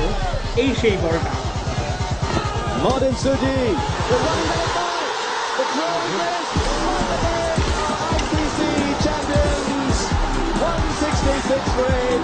That was the target. They've got there. Kenya out of right page once again. And what a day in the history, not only of Bangladesh cricket, but of a nation that is exactly 25. আমাদের সেই ঐতিহাসিক সেই জয়টা, যেটা দিয়ে Bangladesh cricket আজকে এত দূরে চলে আসছে, ঠিক আছে? তাহলে আমরা একটু দেখলাম সেই সবার প্রিয় মুহূর্তটা। হয়তো সেই মুহূর্তে আমরা লাইভ দেখতে পাইনি, কিন্তু আজকে ক্লাসের মাধ্যমে আমরা একটু রিভিউ করলাম সেই মুহূর্তটা। আমরা ব্যাটসম্যান গুলার নাম জানি, কিন্তু কেনিয়ার যে সেই হতভাগা বলারটা আমাদের জন্য প্রিয় বলার, কিন্তু কেনিয়ানদের জন্য হতভাগা সেই বলারটা মার্টিন সুজি তার নামটা ছিল। যদিও এটা পরীক্ষার জন্য লাগবে না, তারপরে জাস্ট বলে রাখলাম আর কি। তাহলে সালটা একটু মনে রাখুন, 1997। ওকে, আচ্ছা, তারপরে আসো যে প্রশ্নটা, যে এবারের সংগ্রাম আমাদের স্বাধীনতার সংগ্রাম, এবারের সংগ্রাম মুক্তির সংগ্রাম, এবারের সংগ্রাম স্বাধীনতার সংগ্রাম, তারপরে ছিল জয় বাংলা, ঠিক আছে? এই ভাষণটা কত তারিখে প্রদান করা হয়? বিশ্ববিখ্যাত জিনিস 7ই মার্চে প্রদান করা হয়, বঙ্গবন্ধুর সেই উত্তাল মার্চের ভাষণ। আচ্ছা, ঠিক আছে, এবার আসি একটা গুরুত্বপূর্ণ টপিক, কার অর্থায়নে পদ্মা সেতু নির্মিত হচ্ছে। দেখো এখনকার টাইমে এই টাইপের প্রশ্ন, এই পদ্মা সেতুর প্রশ্ন কিন্তু খুবই গুরুত্বপূর্ণ। পদ্মা সেতু, হ্যাঁ, পদ্মা সেতু থেকে কিছু জিনিস এই টপিক থেকে আসতে পারে। কার অর্থায়নে নির্মিত হচ্ছে, এই প্রশ্নটা দেওয়ার উদ্দেশ্য ছিল একটাই, কারণ পদ্মা সেতু অর্থায়ন নিয়ে কিন্তু অনেক কথাবার্তা হয়েছে, অনেক মানে বিতর্ক বিতর্ক হয়েছে। একজন মন্ত্রী, যোগাযোগ মন্ত্রী যে ছিল সৈয়দ আবুল হোসেন, তাকে কিন্তু সরিয়ে দেওয়া হয়েছে মন্ত্রিসভা থেকে। একজন সচিব ছিল সেই সময়, যোগাযোগ সচিব যে ছিল, তাকে এই কারণে জেলেও পর্যন্ত যেতে হয়েছে। কারণ কি ছিল, পদ্মা সেতু নিয়ে দুর্নীতির একটা অভিযোগ উঠছিল এইটা, যেটা পরবর্তীতে কানাডার একটা আদালতে প্রমাণিত হয় যে দুর্নীতি আসলে হয় নাই, কিন্তু ততক্ষণে যা হওয়ার হয়ে গেছে। বিশ্ব ব্যাংকের পদ্মা সেতুর জন্য অ্যাকচুয়ালি ফান্ডিং করার কথা ছিল, এশিয়ান ডেভেলপমেন্ট ব্যাংক যেটা এডিবি, সেখান থেকে ঋণ নেওয়ার কথা ছিল, কোনো কিছুই কিন্তু শেষ পর্যন্ত হয় নাই, শুধুমাত্র সেই অভিযোগের জন্য। তারপরেই বাংলাদেশের সরকার সিদ্ধান্ত নেয় যে যা মন চায় হোক, আমরা কারো কাছ থেকে ঋণ নিব না, কারো টাকা পয়সা লাগবে না, নিজেরা নিজেরা একটা সেতু বানায় ফেলবো, অন্য কারোর হেল্প দরকার নাই। তাই সেই সময়কার একটা প্রশ্ন যে কার অর্থায়নে পদ্মা সেতু নির্মিত হয়েছে? বাংলাদেশ সরকার, যাদের রাজনীতি বা আশেপাশের দেশ সম্বন্ধে বিন্দু মাত্র আইডিয়া নাই, তারা ভাবছে অর্থ মানে তো বিশ্ব ব্যাংকই হয়, দেই জায়গায় বিশ্ব ব্যাংক। কিন্তু ঘটনা যে এতদূর ঘটে গেছে সেই বিষয়ে যার ধারণা নাই, তাদের জন্য কিন্তু কোশ্চেনটা কঠিন হতে পারছে। আচ্ছা, রাহাত হাসান শারজিদ, পদ্মা সেতু থেকে কি কি কোয়েশ্চেন আসতে পারে একটা স্লাইডে দিয়ে দিলে ভালো হতো ভাইয়া। আচ্ছা, তোমার জন্যই তো এই ক্লাস, পদ্মা সেতু নিয়েই তো আমরা আসতেছি কথাবার্তায় এখন, ঠিক আছে? পদ্মা সেতুর বিষয়ে আমরা এখন আসব। তাহলে পদ্মা সেতু থেকে কি কি থাকতে পারে, কি কি প্রশ্ন হতে পারে পদ্মা সেতু নিয়ে? এই দেখো, এই জিনিস, এই সেই জিনিস পদ্মা সেতু। পদ্মা সেতুর অফিসিয়াল নাম কি? পদ্মা বহুমুখী সেতু। সেতুর ধরন দুই তলা, উপরে সড়ক, নিচে রেল। প্রত্যক্ষভাবে জড়িত জেলা তিনটা অ্যাকচুয়ালি, একটা হচ্ছে মাদারীপুর, একটা মুন্সিগঞ্জ, আর একটা কি শরীয়তপুর, তিনটা জেলা। আচ্ছা, এখানে অনেক কথাবার্তা, আরো বেশি কিছু লেখা আছে, সবগুলা কিছু লাগবে না, যেগুলো লাগবে আমি একটু পরে আলোচনা করতেছি। হ্যাঁ, তারপরে আমি তোমাদের স্লাইডটা দিয়ে দিছি এগুলো দেখার জন্য। আনোয়ার মাসুদ বলছে এসব কি? এসব কিছু তথ্য লেখা, এগুলা কিছু ওয়ার্ড, কিছু শব্দ, ক খ গ ঘ দিয়ে শুরু করে এখানে স্বরবর্ণ, ব্যঞ্জন বর্ণ, অঙ্কের সংখ্যা সবই আছে। আচ্ছা, ঠিক আছে, ওকে। তারপর পদ্মা সেতু দৈর্ঘ্য কি, প্রস্থ কি, কতটুকু, কয়টা পিলার আছে, কয়টা স্প্যান আছে, কে বানাইছে, কে পরামর্শ দিছে, কবে কোন স্প্যান বসানো হয়েছে, কবে উদ্বোধন হয়েছে, এই টাইপের জিনিসপত্র এখান থেকে লাগবে। তো এখানে একবারে সবগুলা দেয়া আছে। সাফা জাহির, মাথা ঘোরানোর কিছু নাই, একটু পরেই তোমার মাথা সোজা হয়ে যাবে ঘুরতে ঘুরতে, তুমি এখনই চিন্তা করো না। আচ্ছা, ঠিক আছে, আমি দেখাচ্ছি কি আসবে। তুমি একটা জিনিস চিন্তা করো, প্রথমে আসো পদ্মা সেতু, তাই না? পদ্মা সেতু আমরা সবাই প্রথমে এই তথ্যটা জানি যে পদ্মা সেতুর, পদ্মা সেতু কয়তলা বিশিষ্ট একটা সেতু? দুই তালা। ফার্স্টে কিন্তু বিশ্ব ব্যাংকের লোনে যেটা করার কথা ছিল, বিশ্ব ব্যাংকের টাকায়, সেটার কথা ছিল একতলা বিশিষ্ট সেতু বানানো। পরবর্তীতে মানে মূল প্রকল্প যখন হয়, পরবর্তীতে বাংলাদেশ সরকার, বাংলাদেশ সরকারের বর্তমান সরকার প্রধান শেখ হাসিনা, উনি সিদ্ধান্ত নেন যে না, পদ্মা সেতু একতলা কেন হবে, নিজের টাকায় আমরা বানাচ্ছি, পদ্মা সেতু একতলা হবে না, পদ্মা সেতু আমরা দুই তালা বিশিষ্ট করব। তাহলে পদ্মা সেতু প্রথমত দুই তালা বিশিষ্ট। এখন সহজ প্রশ্ন আসে, উপরে বাস না নিচে বাস, উপরে ট্রেন না নিচে ট্রেন, এই টাইপের প্রশ্ন অনেকে পরীক্ষায় ভুল করে থাকে। তুমি একটা জিনিস চিন্তা করে দেখো, তুমি একটা সেতু বানাবা দুই তলা বিশিষ্ট, ধরো এই যে একটা সেতু, এটা হচ্ছে দুই তলা একটা সেতু, হ্যাঁ, এই যে এটা হচ্ছে একতলা, এর উপরে তুমি আর একটা তালা বানাচ্ছ, একটা সেতু, দুই তালা বিশিষ্ট একটা সেতু বানালা, ঠিক আছে? যদিও এটা সেতু সহ হয় নাই, তারপরে ধরে নাও এটা একটা সেতু দুই তালা বিশিষ্ট। এখন তুমি চিন্তা করো, তুমি উপরে ভারী জিনিস দিবা না নিচে ভারী জিনিস দিবা? একটা সেতু বানাচ্ছ, তুমি উপরে ভারীটা রাখবা না নিচে ভারীটা রাখবা? কোনটা উপরে রাখবা, কোনটা নিচে রাখবা? হালকাটা উপরে না ভারীটা উপরে? কে উপরে যাবে, কে নিচে যাবে?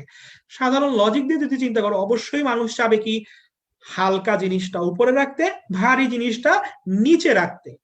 তাহলে উপরে যাবে হালকা, বাস আর ট্রেনের মধ্যে হালকা কে? বাস।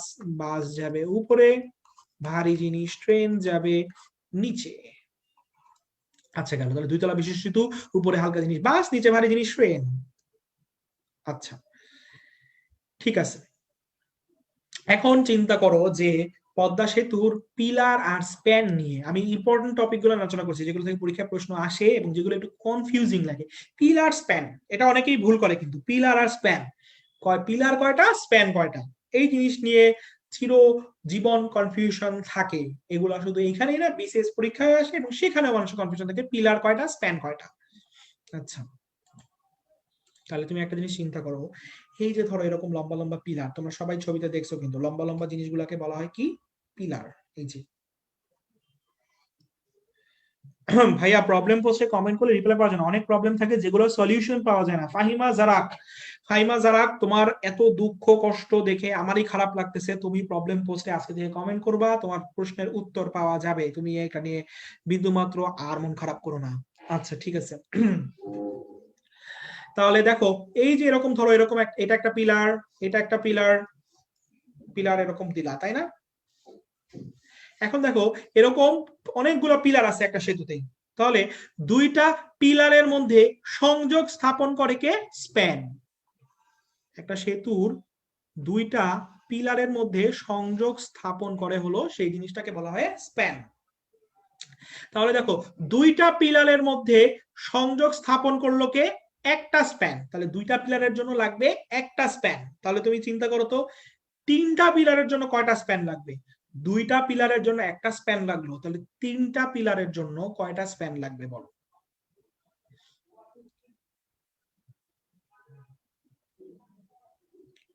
দুইটা পিলারের জন্য লাগলো জোড়া লাগাতে একটা স্প্যান, তাহলে তিনটা পিলারের জন্য কয়টা স্প্যান লাগবে? ইভা আহমেদ অনিক উত্তর দিছে দুইটা, সামিয়া হাসান দুইটা, সাফা জাহিদ দুইটা, দুইটা, হ্যাঁ ঠিক আছে দুইটা। তাহলে দেখো আরো একটা পিলার যদি ভাবে দেই, এদের মধ্যে সংযোগ স্থাপন করতে তাহলে পিলার স্প্যান লাগলো আরো একটা, তাহলে তিনটার জন্য দুইটা, তাহলে চারটার জন্য কয়টা হবে? চারটার জন্য টোটাল স্প্যান লাগবে তিনটা। তাহলে তুমি একটা বিষয় এখনই ক্লিয়ার হয়ে গেলা, তোমার একটা সেতুতে যতগুলা পিলার থাকে সেগুলোকে জোড়া লাগাতে স্প্যান লাগে একটা কম। এখন ক্লিয়ার হয়ে গেছে না? যতগুলা পিলার থাকে সেগুলাকে জোড়া লাগাতে যে স্প্যান গুলা প্রয়োজন, স্প্যান তার চেয়ে একটা কম লাগে।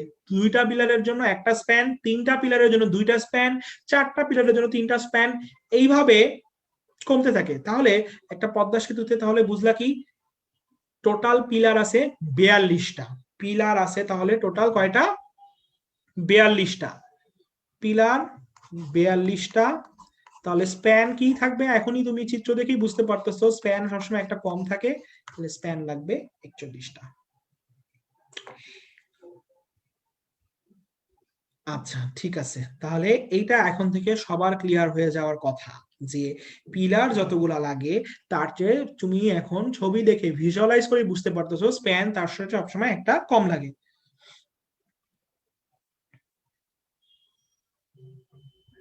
আচ্ছা, শামসুল হুদা গালি, ভাইয়া নতুন জিকে বই পড়তে অনেক সমস্যা হয়, বাজার এর 8-10টা বইয়ের সব ইনফো দেয়া এই বইতে, এই বইতে এক কোয়েশ্চেন এর 2 পেজে 2টা আনসার, আগের বইটাই বেস্ট ছিল। আচ্ছা, তোমার যদি কোনো আনসারে কনফিউশন থাকে ভাইয়া তুমি একটু কমেন্ট সেকশনে জানাও, আশা করি এখন থেকে তুমি ইনশাল্লাহ সবগুলোর উত্তর পেয়ে যাবা কোনটা সঠিক, ঠিক আছে? আচ্ছা ঠিক আছে। সাফা জহির লিখছে পিলার এত কম, তোমার পিলার আর কয়টা লাগবে তুমি বলো, তুমি গিয়ে যোগাযোগ মন্ত্রী বরাবর, সেতু মন্ত্রী বরাবর একটা আবেদন করো যে আমার এত কম পিলার ভাল লাগতেছে না, আমি আরো পিলার দিব পদ্মা সেতুতে। আচ্ছা ঠিক আছে, এখন তাহলে সবার আশা করি ক্লিয়ার, পিলার 42টা, স্প্যান তার চেয়ে একটা কম 41টা। আচ্ছা, এরপরে কোন জিনিসটা আসে দেখো, পাইল। তারপরে প্রশ্ন আসে পদ্মা সেতুতে পাইল কয়টা? পাইল, পাইল জিনিসটা কি? এই যে তুমি এরকম এরকম করে পিলার বসাইছিলা, 42টা পিলার বসালা, এই পিলার গুলা কি? পিলার গুলা কি ভাই? নতুন বই কি সবই ইম্পর্টেন্ট? সাফা জাহিদ, আমরা কিন্তু আজকে জেনারেল নলেজ প্রিভিয়াস ইয়ারের কোয়েশ্চেন নিয়ে আলোচনা করতেছি, এবং এই আলোচনা থেকেই তুমি বুঝতে পারবা, অ্যাকচুয়ালি বুঝতে পারার কথা যে নতুন বইয়ের কোন জিনিসগুলো ইম্পর্টেন্ট, কোন জিনিসগুলো ইম্পর্টেন্ট না। আচ্ছা ঠিক আছে, এখন চিন্তা করো পাইল কয়টা? পদ্মা সেতুর কিন্তু অ্যাকচুয়ালি পাইল 294টা, 294টা, 294টা। পাইল জিনিসটা কি? তুমি এই যে এরকম এরকম করে পিলার বসাইছো, পিলার গুলা বসাই দিলেই হবে নাকি? পিলার গুলা মাটির মধ্যে গাঁথতে হবে না? পিলার গুলা যে মাটি থেকে যাতে উঠে না আসে, ঢেউর টানে যদি ভেসে না যায়, এই জিনিসটা এনশিওর করার জন্য পিলারের গায়ে গায়ে এরকম এরকম করে বড় বড় ভারী চাকতি বসানো হয়। হ্যাঁ, এই জিনিসটাকে বলা হয় পাইলিং করা মাটিতে একদম গেঁথে দেয়, ভারী ভারী জিনিসগুলো দিয়ে ওজন বাড়ায় মাটির সাথে গেঁথে দেওয়া হয়। আমরা পড়ছি পিলার আছে কয়টা? 42টা। এরকম পদ্মা সেতুতে প্রতিটা পিলারের গায়ে 7টা করে পাইল আছে। তাহলে 42টা পিলার আছে, প্রতিটার গায়ে 7টা করে পাইল আছে। তাহলে টোটাল 42টা পিলারে টোটাল কয়টা পাইল আছে? 42কে 7 দিয়ে গুণ দাও, 294টা। 294টা, 294টা। ঠিক আছে, ঠিক আছে, ওকে। তাহলে পাইল আছে 294টা। কুমার জয়, ডেইজি আক্তার 264টা তো পড়েছি না। পদ্মা সেতু পাইল হলো এখন লেটেস্ট ইনফরমেশন অনুযায়ী 294টা। ঠিক আছে, আচ্ছা 294টা। তাহলে তুমি কিভাবে মনে রাখবা? তুমি তো পাইলের সংখ্যা, পাইলের সংখ্যা জানো 42, সেটাকে 7 দিয়ে গুণ দিয়ে দিবা, তাহলেই হয়ে যাবে 294। আচ্ছা ওকে, তাহলে এইটুকু হয়ে গেল। এখন পদ্মা সেতুর দৈর্ঘ্য কত, ভায়াডাক্টের দৈর্ঘ্য কত, অ্যাপ্রোচ সড়কের দৈর্ঘ্য কত, এই তিনটা জিনিস নিয়ে অনেক কোয়েশ্চেন আসে। সেতুর দৈর্ঘ্য কত, তোমার অ্যাপ্রোচ সড়কের দৈর্ঘ্য কত, আর তোমার ভায়াডাক্ট জিনিসটার দৈর্ঘ্য কত, এই জিনিসটা নিয়ে অনেকের কনফিউশন থাকে।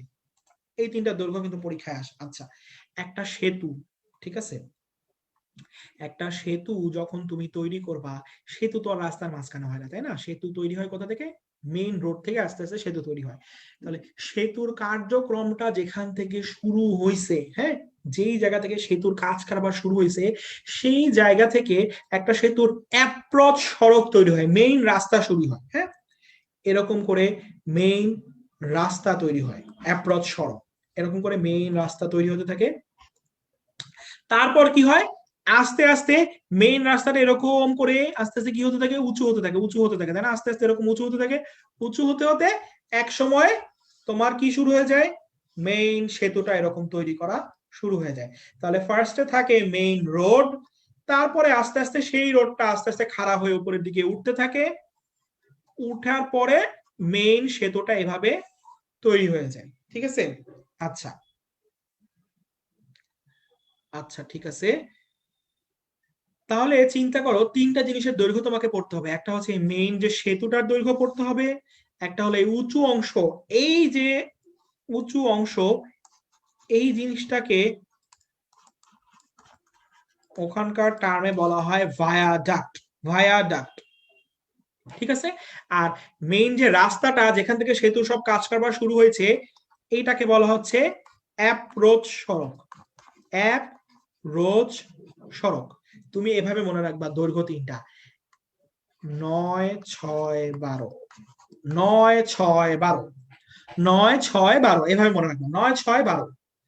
তাহলে তিনটা দৈর্ঘ্য তুমি মনে রাখবা, 9, 6, 12।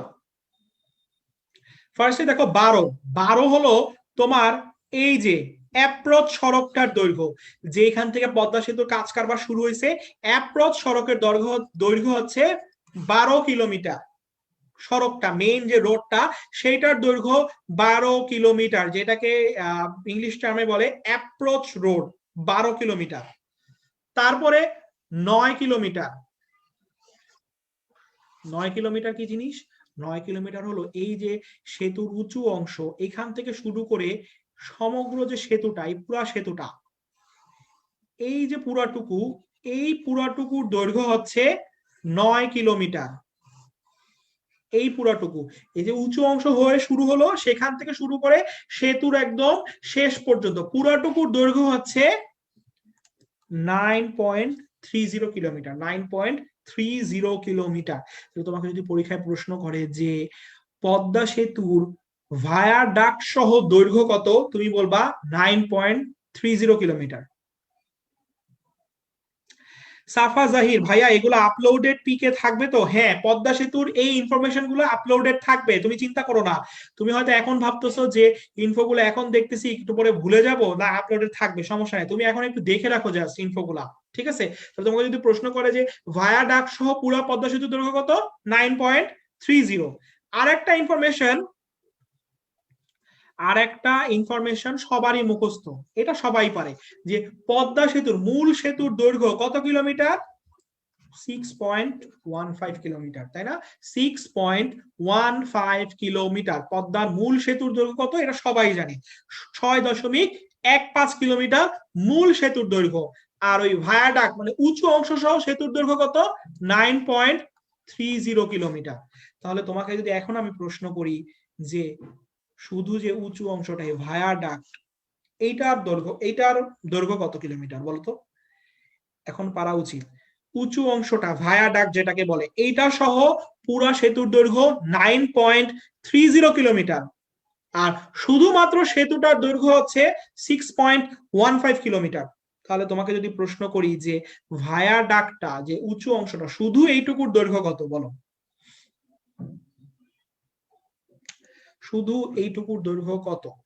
এই তো ফারহানা রহমান সোনিয়া, অরূপ বিশ্বাস, আদিবা চৌধুরী, জারিন তাসনিম সীমা, ইভা আহমেদ অনিক সবাই উত্তর দিচ্ছে 3.15। খুবই সুন্দর। দেখো এই পুরা সেতুর ভায়াডাক্ট সহ দৈর্ঘ্য 9.30, সেখান থেকে শুধু সেতু 6.15 বিয়োগ দিলেই আমরা ওই ভায়াডাক্ট যেটা উঁচু অংশটা সেটার দৈর্ঘ্য পেয়ে যাই 3.15 কিলোমিটার। আচ্ছা, ঠিক আছে। তাহলে এইটা আপাতত এই জিনিসটুকু কিন্তু সবাই বুঝতে পারছি। তাহলে পদ্মা সেতু থেকে কি কি দৈর্ঘ্য লাগবে? প্রথমেই যেটা লাগবে, পদ্মা সেতুর অ্যাপ্রোচ সড়ক মেইন রোডটা, ওই রোডটুকুর দৈর্ঘ্য কত? 12 কিলোমিটার। তারপরে উঁচু যে অংশটুকু ভায়াডাক্ট যেটাকে বলে সেটার দৈর্ঘ্য 3.15 কিলোমিটার। আর শুধুমাত্র সেতুটার দৈর্ঘ্য 6.15 কিলোমিটার। আর যদি তোমাকে প্রশ্ন করে যে ভায়া ডাক সহ টোটাল সেতুর দৈর্ঘ্য কত, তাহলে 9.30 কিলোমিটার। এই তিনটা জিনিস আশা করি এখন সবাই বুঝতে পারছি। আচ্ছা, তারপরে কি লাগবে? পদ্মা সেতু দৈর্ঘ্য, পদ্মা সেতু প্রস্থ মনে রাখবা 18 মিটার। 18 মিটার দৈর্ঘ্য, মানে পানি থেকে পদ্মা সেতুর উচ্চতা 18 মিটার, পদ্মা সেতু প্রস্থেও 18 মিটার। এটা কিন্তু আবার কিলোমিটার দাগায় এসো না। 18 কিলোমিটার যদি পদ্মা সেতু প্রস্থ হতো, তাহলে মনে করো মোহাম্মদপুর থেকে উত্তরা পর্যন্ত পদ্মা সেতু চওড়া হতো, এত বড়। সেই জিনিস তো সম্ভব না। সো এটা একটু লজিক্যালি চিন্তা করবা। দৈর্ঘ্য প্রস্থ দুইটাই কিন্তু মিটারে, নট কিলোমিটারে। এতক্ষণ যে রাস্তার মানগুলা বললাম সেগুলা কিলোমিটারে, দৈর্ঘ্য প্রস্থ গুলা মিটারে। আচ্ছা আচ্ছা, এখন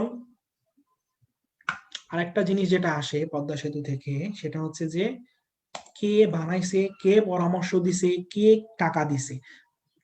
প্রথমেই ডিজাইনটা কে দিছে, মূল নকশার প্রস্তাবনাটা কে দিছে? তুমি জানো যে কোনো নকশা টকশা, যে কোনো মূল কাজ কারবার সব কারা করে? আমেরিকান গুলা। তাহলে নকশা মানে প্রণয়ন মানে ডিজাইনের পরামর্শ কে দিছে? আমেরিকানরা। আচ্ছা, ঠিক আছে। আর তারপরে কি হলো, এটা সেতু রিলেটেড বাকি কোনো চিন্তা মাথায় আসলে সবার মাথায় চীন জাপান কোরিয়ান এগুলার নামই মাথায় আসে, তাই না? এগুলা নিয়েই সবার মাথায় আসে, চীন জাপান কোরিয়া সবগুলা দেখতে কিন্তু একই রকম মোটামুটি, চীন জাপান কোরিয়ান গুলা। তাহলে কে কি করতে পারে?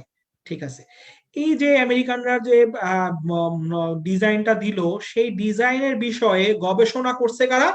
সেই ডিজাইনের বিষয়ে গবেষণা করছে জাপানিজরা। জিনিয়াস জাপান দিয়ে মনে রাখবা, ডিজাইনের বিষয়ে সমীক্ষা করছে কারা? Genius Japan, জাপানিজরা। জাইকা নামক জাপানের একটা কোম্পানি আছে, তারা করছে গবেষণাটা। আচ্ছা, তারপর পদ্মা সেতুর তৈরি করছে কে? এবার আসুন, তৈরি কে করছে? অবশ্যই এত বড় একটা সেতু কারা তৈরি করবে? যাদের লোকবল বেশি, যাদের মানুষ বেশি। কাদের মানুষ বেশি? কোন দেশের জনসংখ্যা অনেক বেশি? চাইনিজ গুলা। তাহলে তৈরি করছে কে? চীন। মেজর ব্রিজ কনস্ট্রাকশন কোম্পানি যেটা চীনে, তারা হলো সেতুটা তৈরি করছে। আর সেতু তৈরি বিষয়ে পরামর্শ দিছে কে? আর একটাই ওই ছোট ছোট যেগুলা কান্ট্রি থাকে, কোরিয়ানরা। কোরিয়ানরা হলো সেতু তৈরি বিষয়ে পরামর্শ দিছে। তাহলে টোটাল 4টা জিনিস। একটা হচ্ছে সেতুটার মূল নকশাটা, পরামর্শটা কে দিছে? আমেরিকা। কারা এই বিষয়ে সমীক্ষা গবেষণা করছে? জাপানিজ গুলা।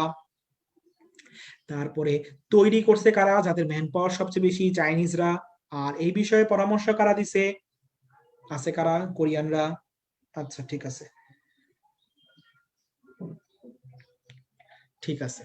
তাহলে দেখো যে পদ্মা সেতুর এই জিনিসগুলা আমাদের কিন্তু পড়া শেষ। তাহলে প্রথমে আমরা কি পড়লাম? পদ্মা সেতু কয়তলা বিশিষ্ট? 2 তলা, উপরে বাস, নিচে রেল।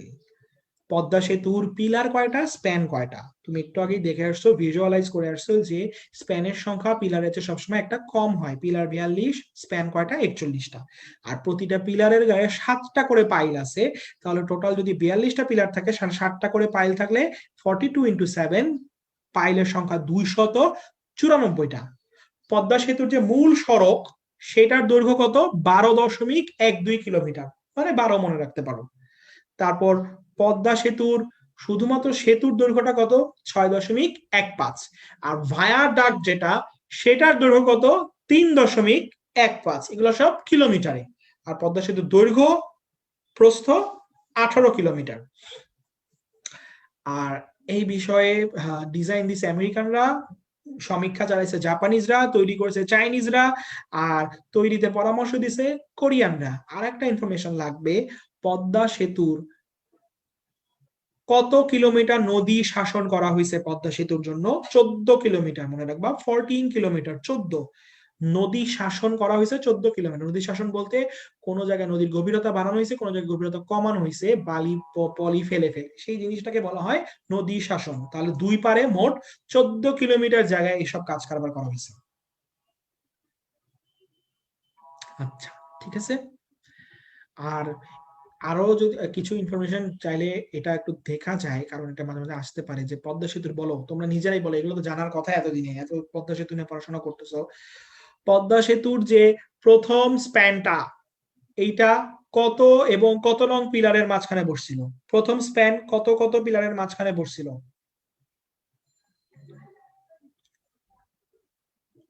পদ্মা সেতুর প্রথম স্প্যানটা কত নং পিলারের মাঝখানে বসছিল?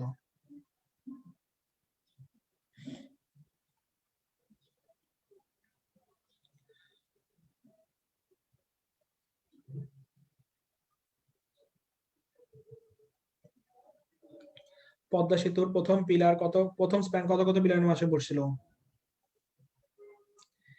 হ্যাঁ, সামিয়া হোসেন 37 and 38, তরিকুল ইসলাম তরিক 37 38, ঠিক আছে, এগুলো সব 37 38, ঠিক আছে।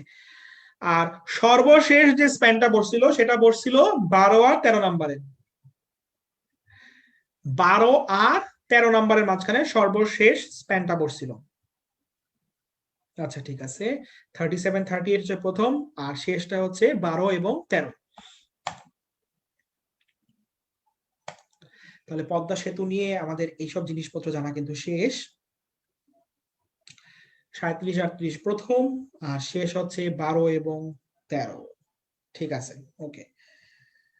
আচ্ছা, এবার আমরা আসি পরবর্তী প্রশ্ন। দেখো, জাতির পিতা বঙ্গবন্ধু শেখ মুজিবুর রহমান কোন তারিখে পাকিস্তান কারাগার থেকে মুক্ত হয়ে স্বাধীন বাংলাদেশে প্রত্যাবর্তন করেন? কত তারিখ? 10ই জানুয়ারি। 10ই জানুয়ারি তিনি পাকিস্তানের কারাগার থেকে মুক্ত হয়ে বাংলাদেশে প্রত্যাবর্তন করেন। প্রত্যাবর্তনের আগে তিনি কোন দেশ থেকে বাংলাদেশে আসেন বলতো? শেখ মুজিবুর রহমান 10ই জানুয়ারি বাংলাদেশে ফিরে আসেন কোন দেশ থেকে? কোন দেশ থেকে তিনি বাংলাদেশে ফিরে আসেন? তিনি কি সরাসরি পাকিস্তান থেকে বাংলাদেশে ফিরে আসেন, নাকি অন্য কোনো দেশ থেকে?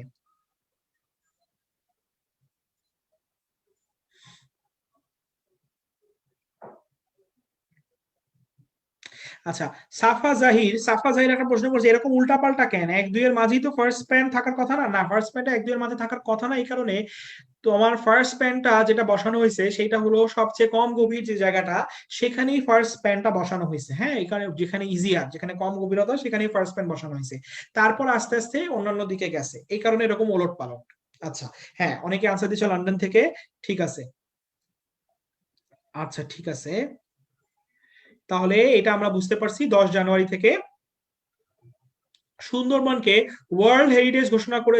আচ্ছা, তাহলে এটা তো সবাই জানা যে তিনি সরাসরি পাকিস্তান থেকে আসেনি, তিনি ব্রিটেনে গিয়েছিলেন, সেখান থেকে ব্যাক করে দেন বাংলাদেশে আসছিলেন। এই যে সেই 10ই জানুয়ারি বাংলাদেশ স্বদেশ প্রত্যাবর্তনের চিত্র দেখতে পাচ্ছ, বা তাকে বিশাল সংবর্ধনা দেওয়া হয় স্বদেশ প্রত্যাবর্তন হিসেবে 10ই জানুয়ারি 1972 সালে।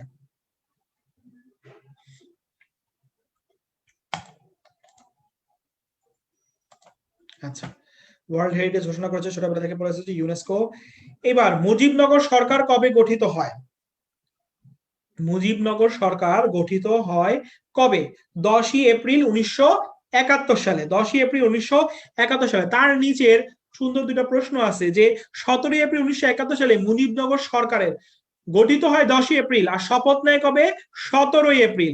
এবং 17ই এপ্রিল 1971 সালে মুজিবনগর সরকারের শপথ গ্রহণ অনুষ্ঠান পরিচালনা করেন কে? এটার আনসার বলো। 7 নম্বরের নিচে যে প্রশ্নটা, 17ই এপ্রিল 1971 সালে মুজিবনগর সরকারের শপথ গ্রহণ অনুষ্ঠান পরিচালনা করেন কে?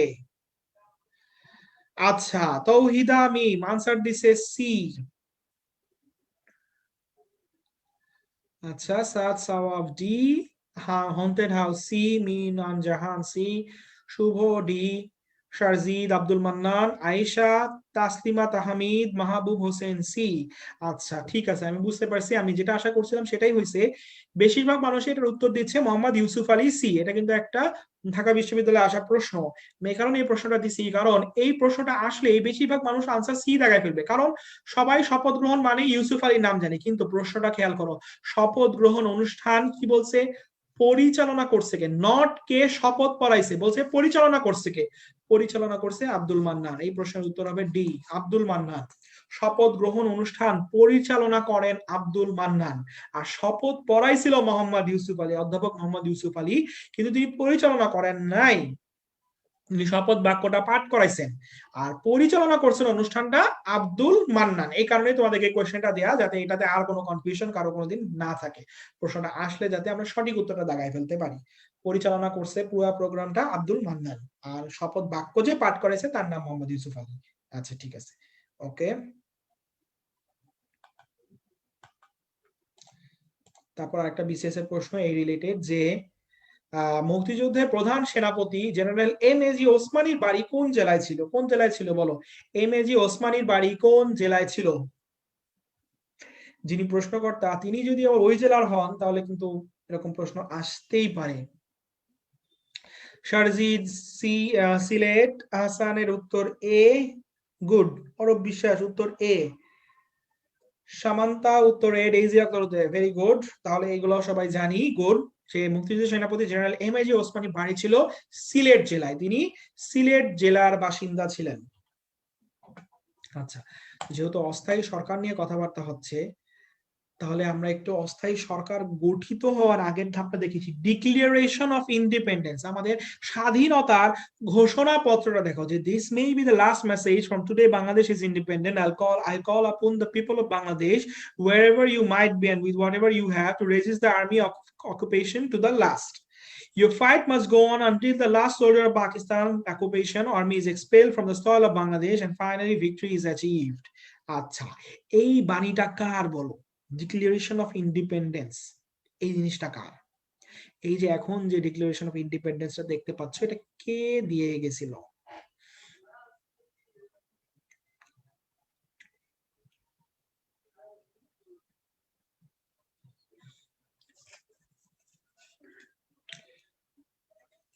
ইংলিশ ভার্সনে কোশ্চেন আসতে পারে যে who gave the declaration of independence?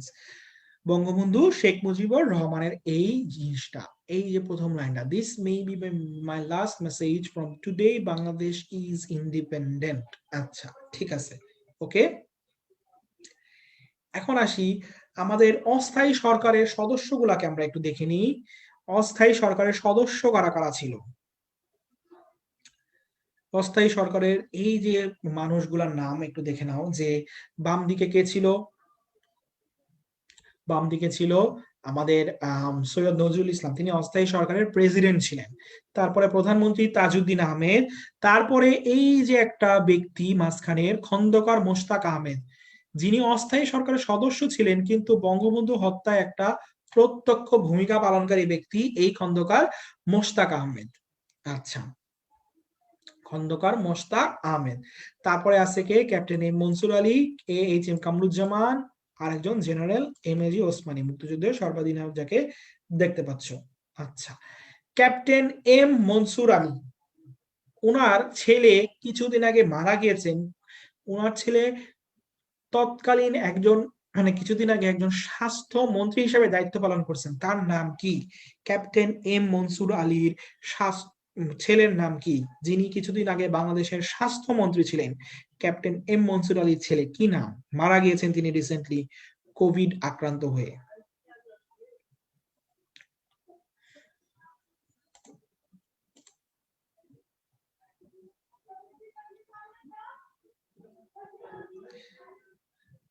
হ্যাঁ, চয়ন ঘোষ, মোহাম্মদ নাসিম।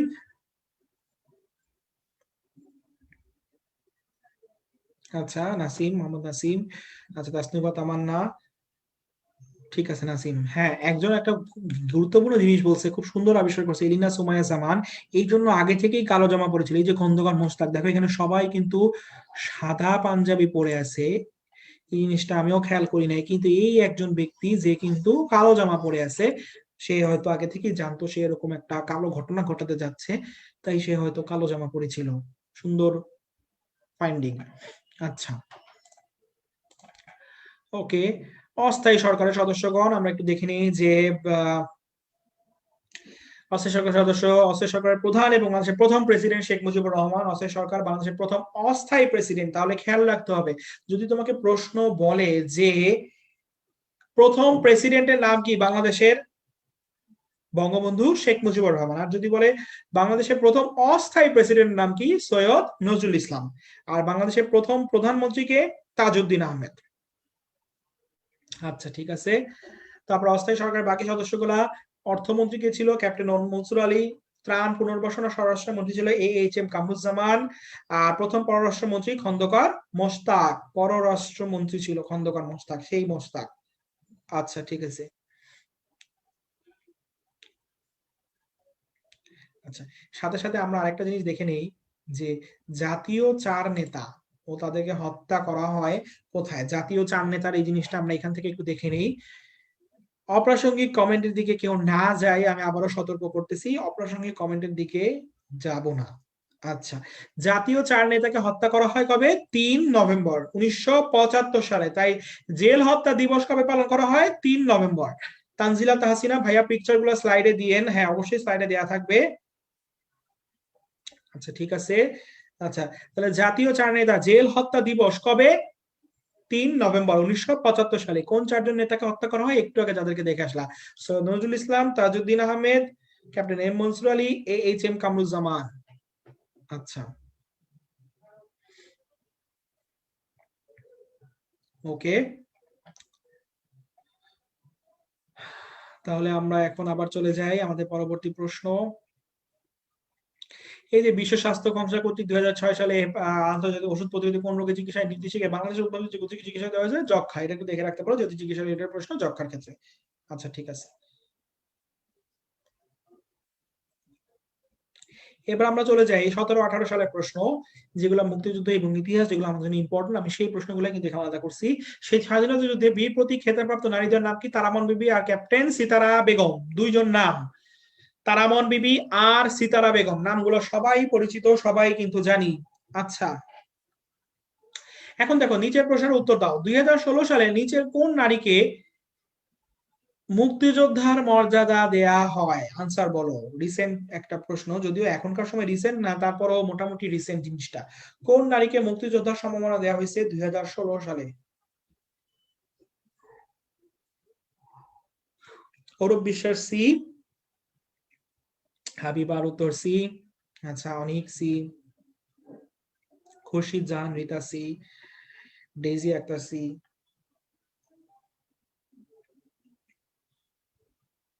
আচ্ছা, গ। হ্যাঁ, ঠিক আছে, ফেরদৌসী প্রিয়বাসিনী, তাকে মুক্তিযোদ্ধার মর্যাদা দেওয়া হয়েছিল। আচ্ছা, তারা যদি সেতারা বেগম আর তারামন বিবিকে একটু দেখতে চাও, দেখে নিতে পারো। এটা সেতারা বেগম আর তারামন বিবি।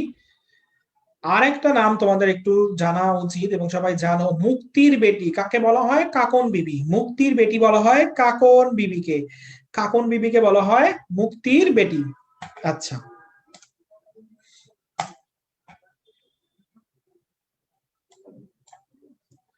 16-17 বাংলাদেশের প্রথম অস্থায়ী প্রেসিডেন্ট কে ছিলেন? সৈয়দ নজরুল ইসলাম। আমি বলছি অস্থায়ী প্রেসিডেন্ট প্রথম কে ছিলেন? সৈয়দ নজরুল ইসলাম। কিন্তু যদি পরীক্ষা প্রশ্নে বলে বাংলাদেশের প্রথম প্রেসিডেন্ট কে ছিলেন? বঙ্গবন্ধু শেখ মুজিবুর রহমান। আর প্রথম প্রধানমন্ত্রী কে ছিলেন? তাজউদ্দিন আহমেদ। আচ্ছা, এবার আমরা আসতেছি যে মেডিকেল কলেজ ভর্তি পরীক্ষা। ভারত উপমহাদেশের শেষ গভর্নর জেনারেল কে ছিলেন? Lord Mount Batten. Lord Mount Batten শেষ গভর্নর জেনারেল ছিলেন লর্ড মাউন্ট ব্যাটেন।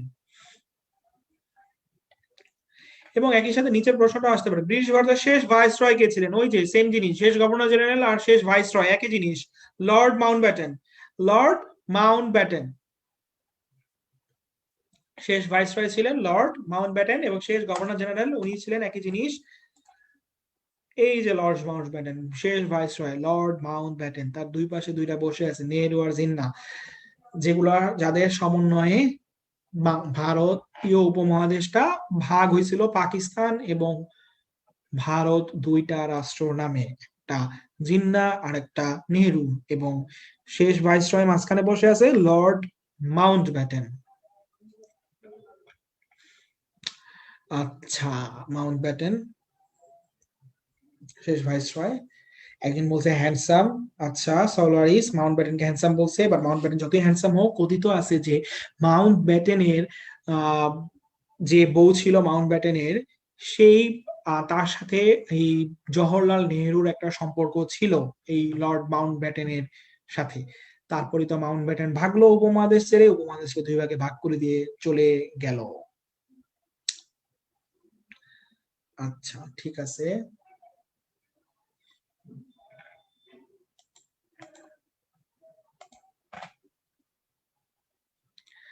আচ্ছা, সতীদাহ প্রথা রহিতকরণ আইন পাশ করেন কে? Lord William Bentinck. এটা তো সবাই জানো। সতীদাহ প্রথা আইন পাশ করেন লর্ড উইলিয়াম বেন্টিং। আচ্ছা ঠিক আছে। আচ্ছা, এই টপিকটা বলার পরই সবার মধ্যে কেন যদি আগ্রহ চলে আসে নেহেরু মাউন্ট ব্যাটেন তার বউটও নিয়ে, মানে বাকি আর কোনো টপিকে আগ্রহ নাই, মাউন্ট ব্যাটেন কি করছে, শেষ ভাইসরয় ছিল, এগুলা দেখতে আগ্রহ নাই, কিন্তু যেই এই লাইনটা বলা হয়, এই জিনিসটা বলা হয়, তখন সবার মধ্যে একটা বিশাল আগ্রহ চলে আসে যে মাউন্ট ব্যাটেন কি করছে, গুগল করে দেখি মাউন্ট ব্যাটেনের বউকে। তুমি নর্মাল জিনিসটাই জানো, আর এত গভীরে যাওয়া লাগবে না, ঠিক আছে, গভীরে আলোচনা করার দরকার নেই, এটুকুই জানো। আচ্ছা ঠিক আছে। মেডিকেল কলেজ ভর্তি পরীক্ষা 2013-14 বাংলাদেশের ক্রীড়া শিক্ষকের জন্য বিকেএসপি প্রতিষ্ঠিত হয় কত সালে? এটা কিন্তু আসতে পারে একটা, যেহেতু এটা মোটামুটি বলা যায় একটা ইতিহাস ভিত্তিক প্রশ্নও হতে পারে, 14 এপ্রিল 1986 সালে। আচ্ছা, এখান থেকে একটা প্রশ্ন হতে পারে যে বিকেএসপি প্রকল্পের শুরুতে বিকেএসপি নামে পরিচিত ছিল না, কি নামে পরিচিত ছিল? এটার আনসার বলো কেউ যদি জেনে থাকো। বিকেএসপি প্রকল্পের শুরুতে কি নামে পরিচিত ছিল? বিকেএসপি যখন তৈরি করা হলো তখন বিকেএসপি নামে পরিচিত ছিল না, তখন কি নামে পরিচিত ছিল? বিকেএসপির আগের নাম কি ছিল?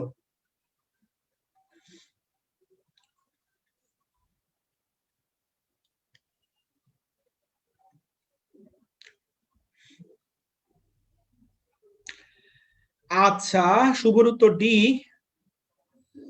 সিলভার মিস মিম ডি, তৌহিদা মিম ডি, বিসিকেপি। আচ্ছা, যার যা মন চায় মোটামুটি একটা উত্তর বলতেছে। সরি, একজন সঠিক উত্তর দিছে, আনোয়ার মাসুদ বি। ইয়েস, বিকেএসপির আগের নাম ছিল BIS, Bangladesh institute of sports, BIS নামে বিকেএসপি পরিচিত ছিল। আচ্ছা, মেডিকেল কলেজ ভর্তি পরীক্ষা 2012 সালে ঢাকা বিশ্ববিদ্যালয় প্রতিষ্ঠিত হয় কত সালে? 1921 সালে। এবং তার নিচে একটা প্রশ্ন দিছি দেখো, ঢাকা বিশ্ববিদ্যালয় সিনেট ভবনের নাম কি? এটার আনসার কি হবে? নবাব নওয়াব আলী চৌধুরী। ঢাকা বিশ্ববিদ্যালয় সিনেট ভবনের নাম তার নামে, নবাব নওয়াব আলী চৌধুরী, নবাব নওয়াব আলী চৌধুরী। আচ্ছা, নবাব নওয়াব আলী চৌধুরী। খেলাধুলা কি পড়তে হবে না? নতুন বইতে যে দেয়া নাই খেলাধুলা পড়তে হবে না এমন না, তুমি প্রিভিয়াস ইয়ারের কোয়েশ্চেন গুলো সলভ করবা। এছাড়া খেলাধুলা এখনকার জন্য আসলে মুক্তিযুদ্ধ ইতিহাস তো, খেলাধুলার নর্মাল যে কোয়েশ্চেন গুলো, অমুক খেলায় কতজন খেলা, অমুক খেলার মাঠ কোথায়, এগুলো থেকে অত বেশি ইম্পর্টেন্ট না এখন আর, কিন্তু কিছু সাল ইম্পর্টেন্ট, যেমন হচ্ছে ওয়ানডে স্ট্যাটাস কবে লাভ করে, টেস্ট।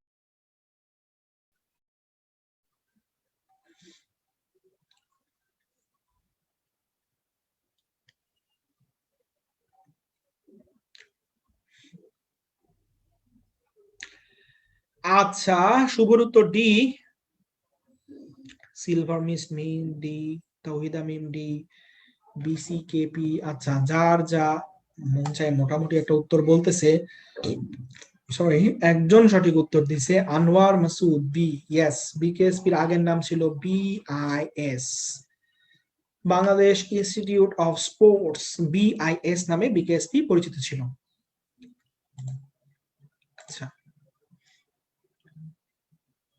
মেডিকেল কলেজ ভর্তি পরীক্ষা 2012 সালে, ঢাকা বিশ্ববিদ্যালয় প্রতিষ্ঠিত 11 সালে, 1921 সালে, এবং তার নিচে একটা প্রশ্ন দিছি দেখো, ঢাকা বিশ্ববিদ্যালয়ের সিনেট ভবনের নাম কি? এটার আনসার কি হবে? নবাব নওয়াব আলী চৌধুরী। ঢাকা বিশ্ববিদ্যালয়ের সিনেট ভবনের নাম তার নামে, নবাব নওয়াব আলী চৌধুরী, নবাব নওয়াব আলী চৌধুরী। আচ্ছা, নবাব নওয়াব আলী চৌধুরী। খেলাধুলা কি পড়তে হবে না? নতুন বইতে যে দেয়া নাই খেলাধুলা পড়তে হবে না এমন না, তুমি প্রিভিয়াস ইয়ারের কোয়েশ্চেন গুলো সলভ করবা। এছাড়া খেলাধুলা এখনকার জন্য আসলে মুক্তিযুদ্ধ ইতিহাস তো, খেলাধুলার নর্মাল যে কোয়েশ্চেন গুলো, অমুক খেলায় কতজন খেলার, অমুক খেলার মাঠ কোথায়, এগুলো থেকে অত বেশি ইম্পর্টেন্ট না এখন আর, কিন্তু কিছু সাল ইম্পর্টেন্ট, যেমন বাংলাদেশ ওয়ান ডে স্ট্যাটাস কবে লাভ করে, টেস্ট স্ট্যাটাস কবে লাভ করে, এই জিনিসগুলো একটু দেখতে পারো। আচ্ছা, নবাব নওয়াব আলী চৌধুরী। আচ্ছা, এখন ঢাকা বিশ্ববিদ্যালয় আমাদের জন্য সবসময় গুরুত্বপূর্ণ। সো ঢাকা বিশ্ববিদ্যালয়ের কিছু ইম্পর্টেন্ট তথ্য আমি তোমাদেরকে এখানে দিয়ে দিছি, তোমরা এখান থেকে দেখে নিতে পারবা চাইলে। ঢাকা বিশ্ববিদ্যালয় সংক্রান্ত কিছু তথ্য, কত সালে প্রতিষ্ঠিত হয়, প্রথম কমিশনের নাম ছিল নাথান কমিশন, কে গুরুত্বপূর্ণ ভূমিকা পালন করেন, লর্ড কার্জন। তারপরে কিছু ইম্পর্টেন্ট জিনিস আমি তোমাদেরকে এখানে বলে দিই, যে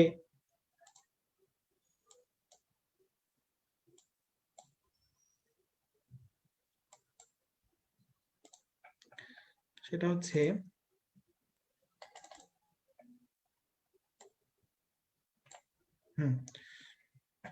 ঢাকা বিশ্ববিদ্যালয়ের কে কোন বিভাগের ছাত্র ছিলেন? বর্তমান প্রধানমন্ত্রী শেখ হাসিনা, তিনি কোন বিভাগের ছাত্রী ছিলেন? ঢাকা বিশ্ববিদ্যালয়ের বর্তমান প্রধানমন্ত্রী, বাংলাদেশের বর্তমান প্রধানমন্ত্রী শেখ হাসিনা ছিলেন কোন বিভাগের ছাত্রী? বাংলা বিভাগের। তারপরে জিল্লুর রহমান, এটা এখন ইম্পর্টেন্ট না। শেখ মুজিবুর রহমান কোন বিভাগের ছাত্র ছিলেন? আইন বিভাগের। ঢাকা বিশ্ববিদ্যালয়ের প্রথম মহিলা ছাত্রের নাম কি? লীলা নাগ।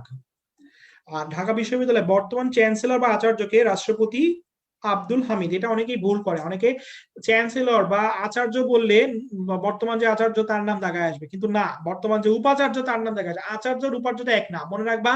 বাংলাদেশের সকল বিশ্ববিদ্যালয়ের চ্যান্সেলর বা আচার্য একজনই, তিনি হলেন রাষ্ট্রপতি আব্দুল হামিদ। রাষ্ট্রপতি আব্দুল হামিদ, তিনি বাংলাদেশের সকল বিশ্ববিদ্যালয়ের চ্যান্সেলর। আচ্ছা, ঠিক আছে। আর বর্তমান ভিসির নাম কি? ভিসি। উনি কিন্তু চ্যান্সেলর না, উনি হচ্ছে ভিসি, ভাইস চ্যান্সেলর। বর্তমান চ্যান্সেলরের নাম হচ্ছে মোহাম্মদ আখতারুজ্জামান, তিনি 28তম চ্যান্সেলর ঢাকা বিশ্ববিদ্যালয়। ইসলামের ইতিহাস আর সংস্কৃতি বিভাগের অধ্যাপক, ইসলামের ইতিহাস আর সংস্কৃতির অধ্যাপক।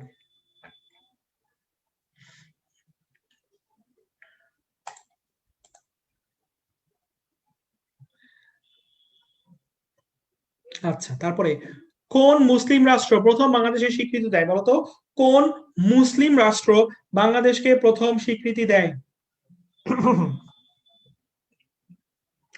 কোন মুসলিম রাষ্ট্র বাংলাদেশকে প্রথম স্বীকৃতি দেয়? সেনেগাল, কুয়েত, মিশর, জর্ডান।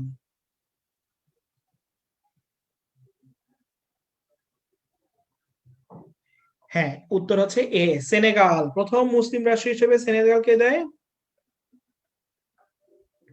সেনেগাল।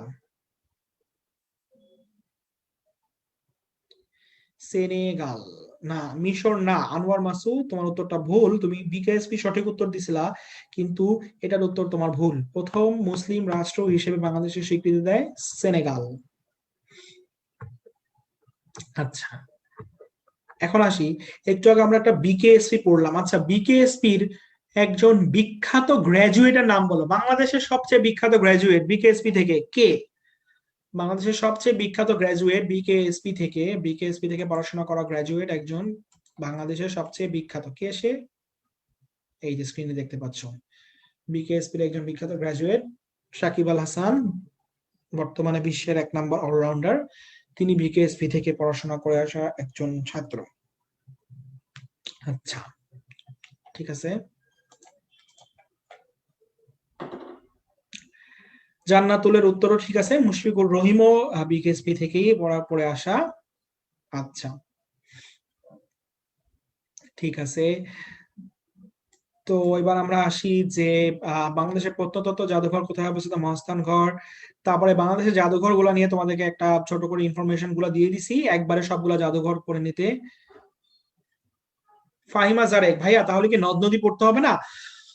বাংলাদেশের মুক্তিযুদ্ধ ইতিহাস যেহেতু বলছে, নদ নদীর ইম্পর্টেন্সটা এখনকার জন্য একটু কম।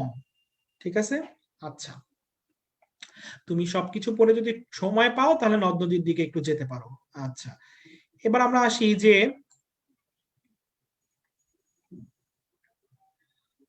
রাষ্ট্র বনাম শেখ মুজিবুর রহমান অন্যান্য এই মামলা থেকে 1969 সালে নিম্নের কোন তারিখে পাকিস্তানি সরকার বঙ্গবন্ধুকে মুক্তি দেয়? তারিখটা কিন্তু ইম্পর্টেন্ট, কারণ এই দিন বঙ্গবন্ধু মুক্তি পান 22 ফেব্রুয়ারি। তারিখটা ইম্পর্টেন্ট, কবে মুক্তি পায়? 22 ফেব্রুয়ারি। বঙ্গবন্ধু শেখ মুজিবুর রহমান রাষ্ট্র বনাম শেখ মুজিব মামলা থেকে তাকে মুক্ত দেওয়া হয়, যেটা আগরতলা ষড়যন্ত্র মামলা নামে পরিচিত।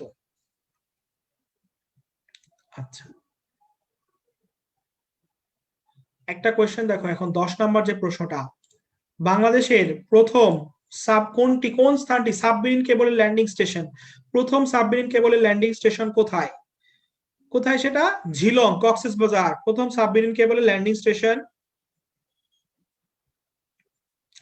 আচ্ছা, সঞ্জনা সিনহা, ভাইয়া প্রিভিয়াস ইয়ার থেকে অনলি বিসিএস আর Dhaka university B unit solve করলেই হবে? হ্যাঁ, অনেক, এটুকু করতে পারলেই অনেক। আচ্ছা, ঠিক আছে, তাহলে বাংলাদেশের প্রথম সাবমেরিন কেবলের ল্যান্ডিং স্টেশন ঝিলং, কক্সবাজার। নিচে একটা লাল কালিতে প্রশ্ন লেখা আছে, দ্বিতীয় সাবমেরিন কেবলের ল্যান্ডিং স্টেশন কোথায়? সেকেন্ড সাবমেরিন কেবলের ল্যান্ডিং স্টেশন কোথায়? আচ্ছা, সাফা জাহির সবার আগে উত্তর দিছে ডি। ফাইম তালুকদার, ব্রিনজি, তারপরে তোমার বাকিরা উত্তর দিচ্ছে ডি। দ্বিতীয় সাবমেরিন স্টেশন ল্যান্ডিং স্টেশন হচ্ছে কলকাতা বলতেছি, দুঃখিত, কুয়াকাটা। কুয়াকাটা দ্বিতীয় সাবমেরিন কেবলের ল্যান্ডিং স্টেশন হচ্ছে কুয়াকাটাতে।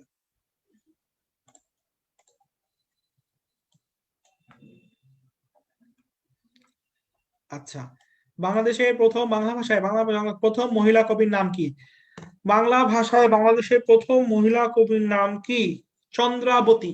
প্রথম মহিলা কবির নাম চন্দ্রাবতী।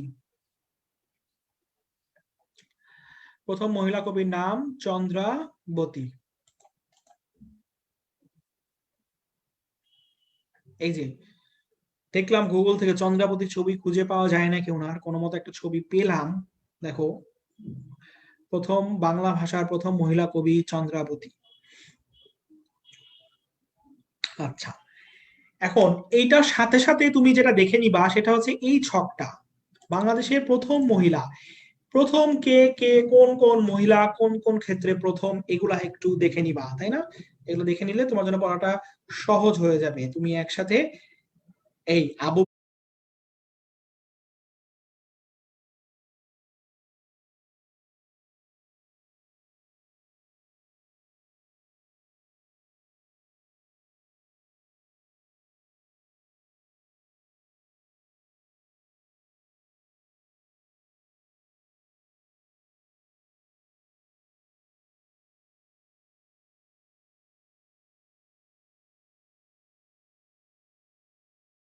বসুর, আর চন্দ্রাবতী উনি হলো বাংলা ভাষায় প্রথম কবি।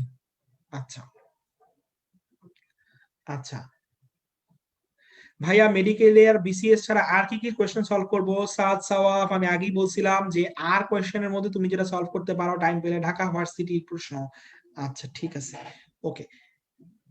ও, আবু বকর সিদ্দিক এটা কি বলছে সে? এটাকে বলছে যে ছবিটাকে লীলানাগ বলছে। আচ্ছা, আমরা সবাই ভুল বুঝছি, তোমাকে দুঃখিত। যারা হাহা দিচ্ছিল, হাহাটা ফিরায় নাও, আমি ও কথাগুলো ফিরাই নিলাম। সে আসলে ওইটাকে লীলানাগ বলতে চায় না, ছবিটাকে লীলানাগ বলতে চাইছে। ঠিক আছে, ওকে। ওকে, এখন তাহলে তুমি এখান থেকে বাংলাদেশের প্রথম মহিলাগুলা তোমরা একটু দেখে নিবা, দেখে নিলা তাহলে।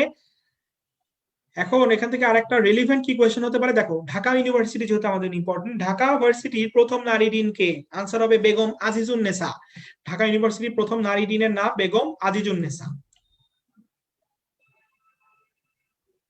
আচ্ছা, এখন বাংলাদেশের প্রথম নারী ট্রেন চালক কে? এটার আনসার বলো। বাংলাদেশের প্রথম নারী ট্রেন চালক সালমা খান। বাংলাদেশের প্রথম নারী ট্রেন চালক সালমা খান। প্রথম নারী ট্রেন চালকের নাম সালমা খান। চলো আমরা একটু সালমা খানকে দেখে নিই, বাংলাদেশের প্রথম নারী ট্রেন চালক সালমা খান। আমরা একটু সালমা খানকে দেখে নিই, বাংলাদেশের প্রথম নারী ট্রেন চালক সালমা খান, তার ছবিটা আমরা একটু দেখে নিই। দেখে থাকলে ইজিলি মনে থাকবে সালমা খান আন্টিকে। সালমা খান, এই যে তোমরা স্ক্রিনে দেখতে পাচ্ছ, প্রথম নারী ট্রেন চালক।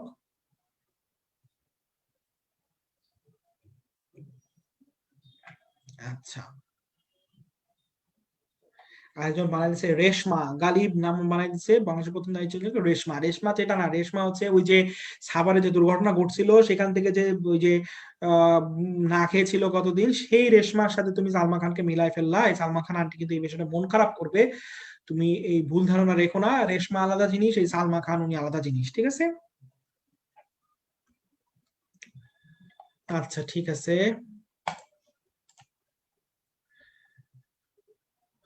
তারপরে বঙ্গভারত উপমহাদেশে প্রথম পুলিশ ব্যবস্থা কে চালু করে? বঙ্গভারত উপমহাদেশে প্রথম পুলিশ ব্যবস্থা চালু করছে কে? লর্ড ক্যানিং। লর্ড ক্যানিং বঙ্গভারতের প্রথম পুলিশি ব্যবস্থা চালু করেন। এই যে এখান থেকে তুমি তারপরেই যেটা পড়ে ফেলবা এটা সলভ করার সময়, বিভিন্ন ব্রিটিশ শাসক এবং তাদের কিছু ব্যবস্থাপনাগুলা, কে কি, ওয়ারেন হেস্টিংস কি করছে, দ্বৈত শাসন ব্যবস্থা বিলুপ্ত করছে, উইলিয়াম বেন্টিং কি করছে, দ্বৈত প্রথা লোপ করছে, লর্ড ক্যানিং কি করছে, কাগজের মুদ্রা চালু করছে, এগুলো একটু এইখান থেকে দেখে নিবা। তোমাদের জন্য এখানে আমি এই ছকটা সাজাই দিছি, জাস্ট এখান থেকে একবার একটু দেখে নিবা। ক্যানিং কি করছে, বেন্টিং কি করছে, ডালহৌসি কি করছে, ডালহৌসি রেলগাড়ি চালু করছে, লর্ড তারপরে হচ্ছে রিপন কি করছে, লর্ড কার্জন কি করছে, বঙ্গভঙ্গ রদ করছে, সবাই জানি।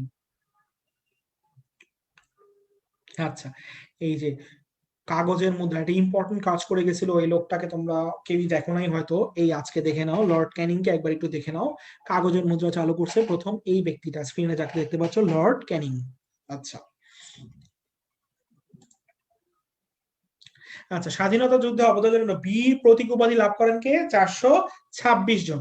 426, এই সংখ্যাগুলো অলরেডি তোমাদের মুখস্থ হয়ে যাওয়ার কথা, বারবার পড়তে পড়তে এই সংখ্যাগুলো তোমাদের মুখস্থ হয়ে যাওয়ার কথা। তারপর এখান থেকে একটু দেখে নিতে পারো যে বীর শ্রেষ্ঠ কয়জন, বীর উত্তম কয়জন, বীর বিক্রম কয়জন, বীর প্রতীক কয়জন। টোটাল পদবি দেওয়া হয় 676 জনকে। নিচে একটা কোয়েশ্চেন দেওয়া আছে, সর্বশেষ কাকে বীর উত্তম সম্মাননা প্রদান করা হয়? এটা একটু দেখো নিও। ব্রিগেডিয়ার জেনারেল শহীদ জামিল উদ্দিন আহমেদ 2010 সালে। আচ্ছা ঠিক আছে, তাহলে জামিল উদ্দিন আহমেদ 2010 সালে।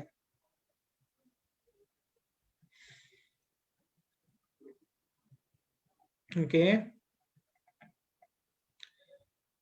আচ্ছা,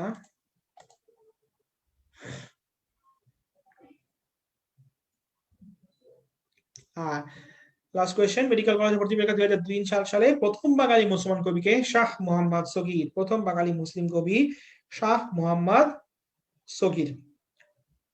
আচ্ছা, এটা গেল আমাদের বাংলাদেশের মুক্তিযুদ্ধ ও ইতিহাস পার্টটা, যেটা থেকে আমাদের এই বছরগুলোতে কোয়েশ্চেন আসার কথা 10টা। এখন তার মানে এখন কোয়েশ্চেনে যেটা বলবে অনেকে, এরপরে কোয়েশ্চেন করবে ভাই বাকিগুলো কি পড়বো না, আন্তর্জাতিক কি পড়বো না? আমরা একেবারেই বাদ দিব না, ঠিক আছে? আমি কিন্তু কোয়েশ্চেন সলভের বিষয়ে আলোচনা করতেছি, অন্য বিষয় বলতেছি না, একেবারেই বাদ দিব না। ফাইল 2 তে চলে যাই তোমাদের জন্য। এইখানে, হ্যাঁ, এইখান থেকে তুমি কি পড়বা মেইনলি আমি তোমাকে বলে দিই, যেটা বাংলাদেশের মুক্তিযুদ্ধ ইতিহাস ব্যতীত জিনিস, সেখান থেকে তুমি যেটা মেইনলি পড়াশোনা করবা সেটা হলো, এখান থেকে তুমি এই টপিকগুলা যদি তুমি স্ক্রল করো, তুমি যদি দেখো, এখান থেকে দেখবা কি বেশিরভাগ প্রশ্নই হয়েছে কোনো সংস্থা থেকে, নয় কোনো দিবস থেকে, নয় কোনো সদর দপ্তর থেকে। এখান থেকে মোটামুটি বেশিরভাগ প্রশ্নই হয়েছে, এই যেগুলা বাংলাদেশের মুক্তিযুদ্ধ ইতিহাস ব্যতীত যে প্রশ্নগুলা, সেখান থেকে বেশিরভাগ প্রশ্নই হয়েছে হয় কোনো সংস্থা, নয় কোনো সদর দপ্তর, নয় কোনো দিবস থেকে। আচ্ছা ঠিক আছে, তো এই জিনিসগুলা পড়ার জন্য তোমার হাতে যদি সময় কম থাকে বা তুমি যদি টাইম কম পাও, তাহলে এগুলা যদি দেখে যাও, তাহলে মনে করো পুরোটা যদি দেখে যেতে পারো, তাহলে তোমার ওভারঅল প্রিপারেশন ভেরি গুড। আর এখান থেকে আমি যদি তোমাকে বলি যে তুমি মেইনলি কি পড়বা মুক্তিযুদ্ধ ইতিহাস বাদ দিয়ে, তুমি মেইনলি আর কি পড়বা? তুমি দুইটা জিনিস মেইনলি পড়বা, একটা হচ্ছে বিভিন্ন সংস্থার নাম, তাদের নামের ফুল ফর্ম গুলা, তাদের সদর দপ্তর গুলা, আর কোন সংস্থার সদস্যকে, সেই জিনিসগুলা। এক্সাম কি স্লাইড দেখে পড়ে দিতে হবে? এক্সামের ব্যাপারটা তো আমি বলতে পারতেছি না, এই বিষয়ে তোমাকে মেডিকো একাডেমিক প্যানেলের সাথে একটু যোগাযোগ করতে হবে। আচ্ছা, এখন আমি আসি। ওকে, সদস্য রাষ্ট্রগুলা, এগুলো নিয়ে তো এখনো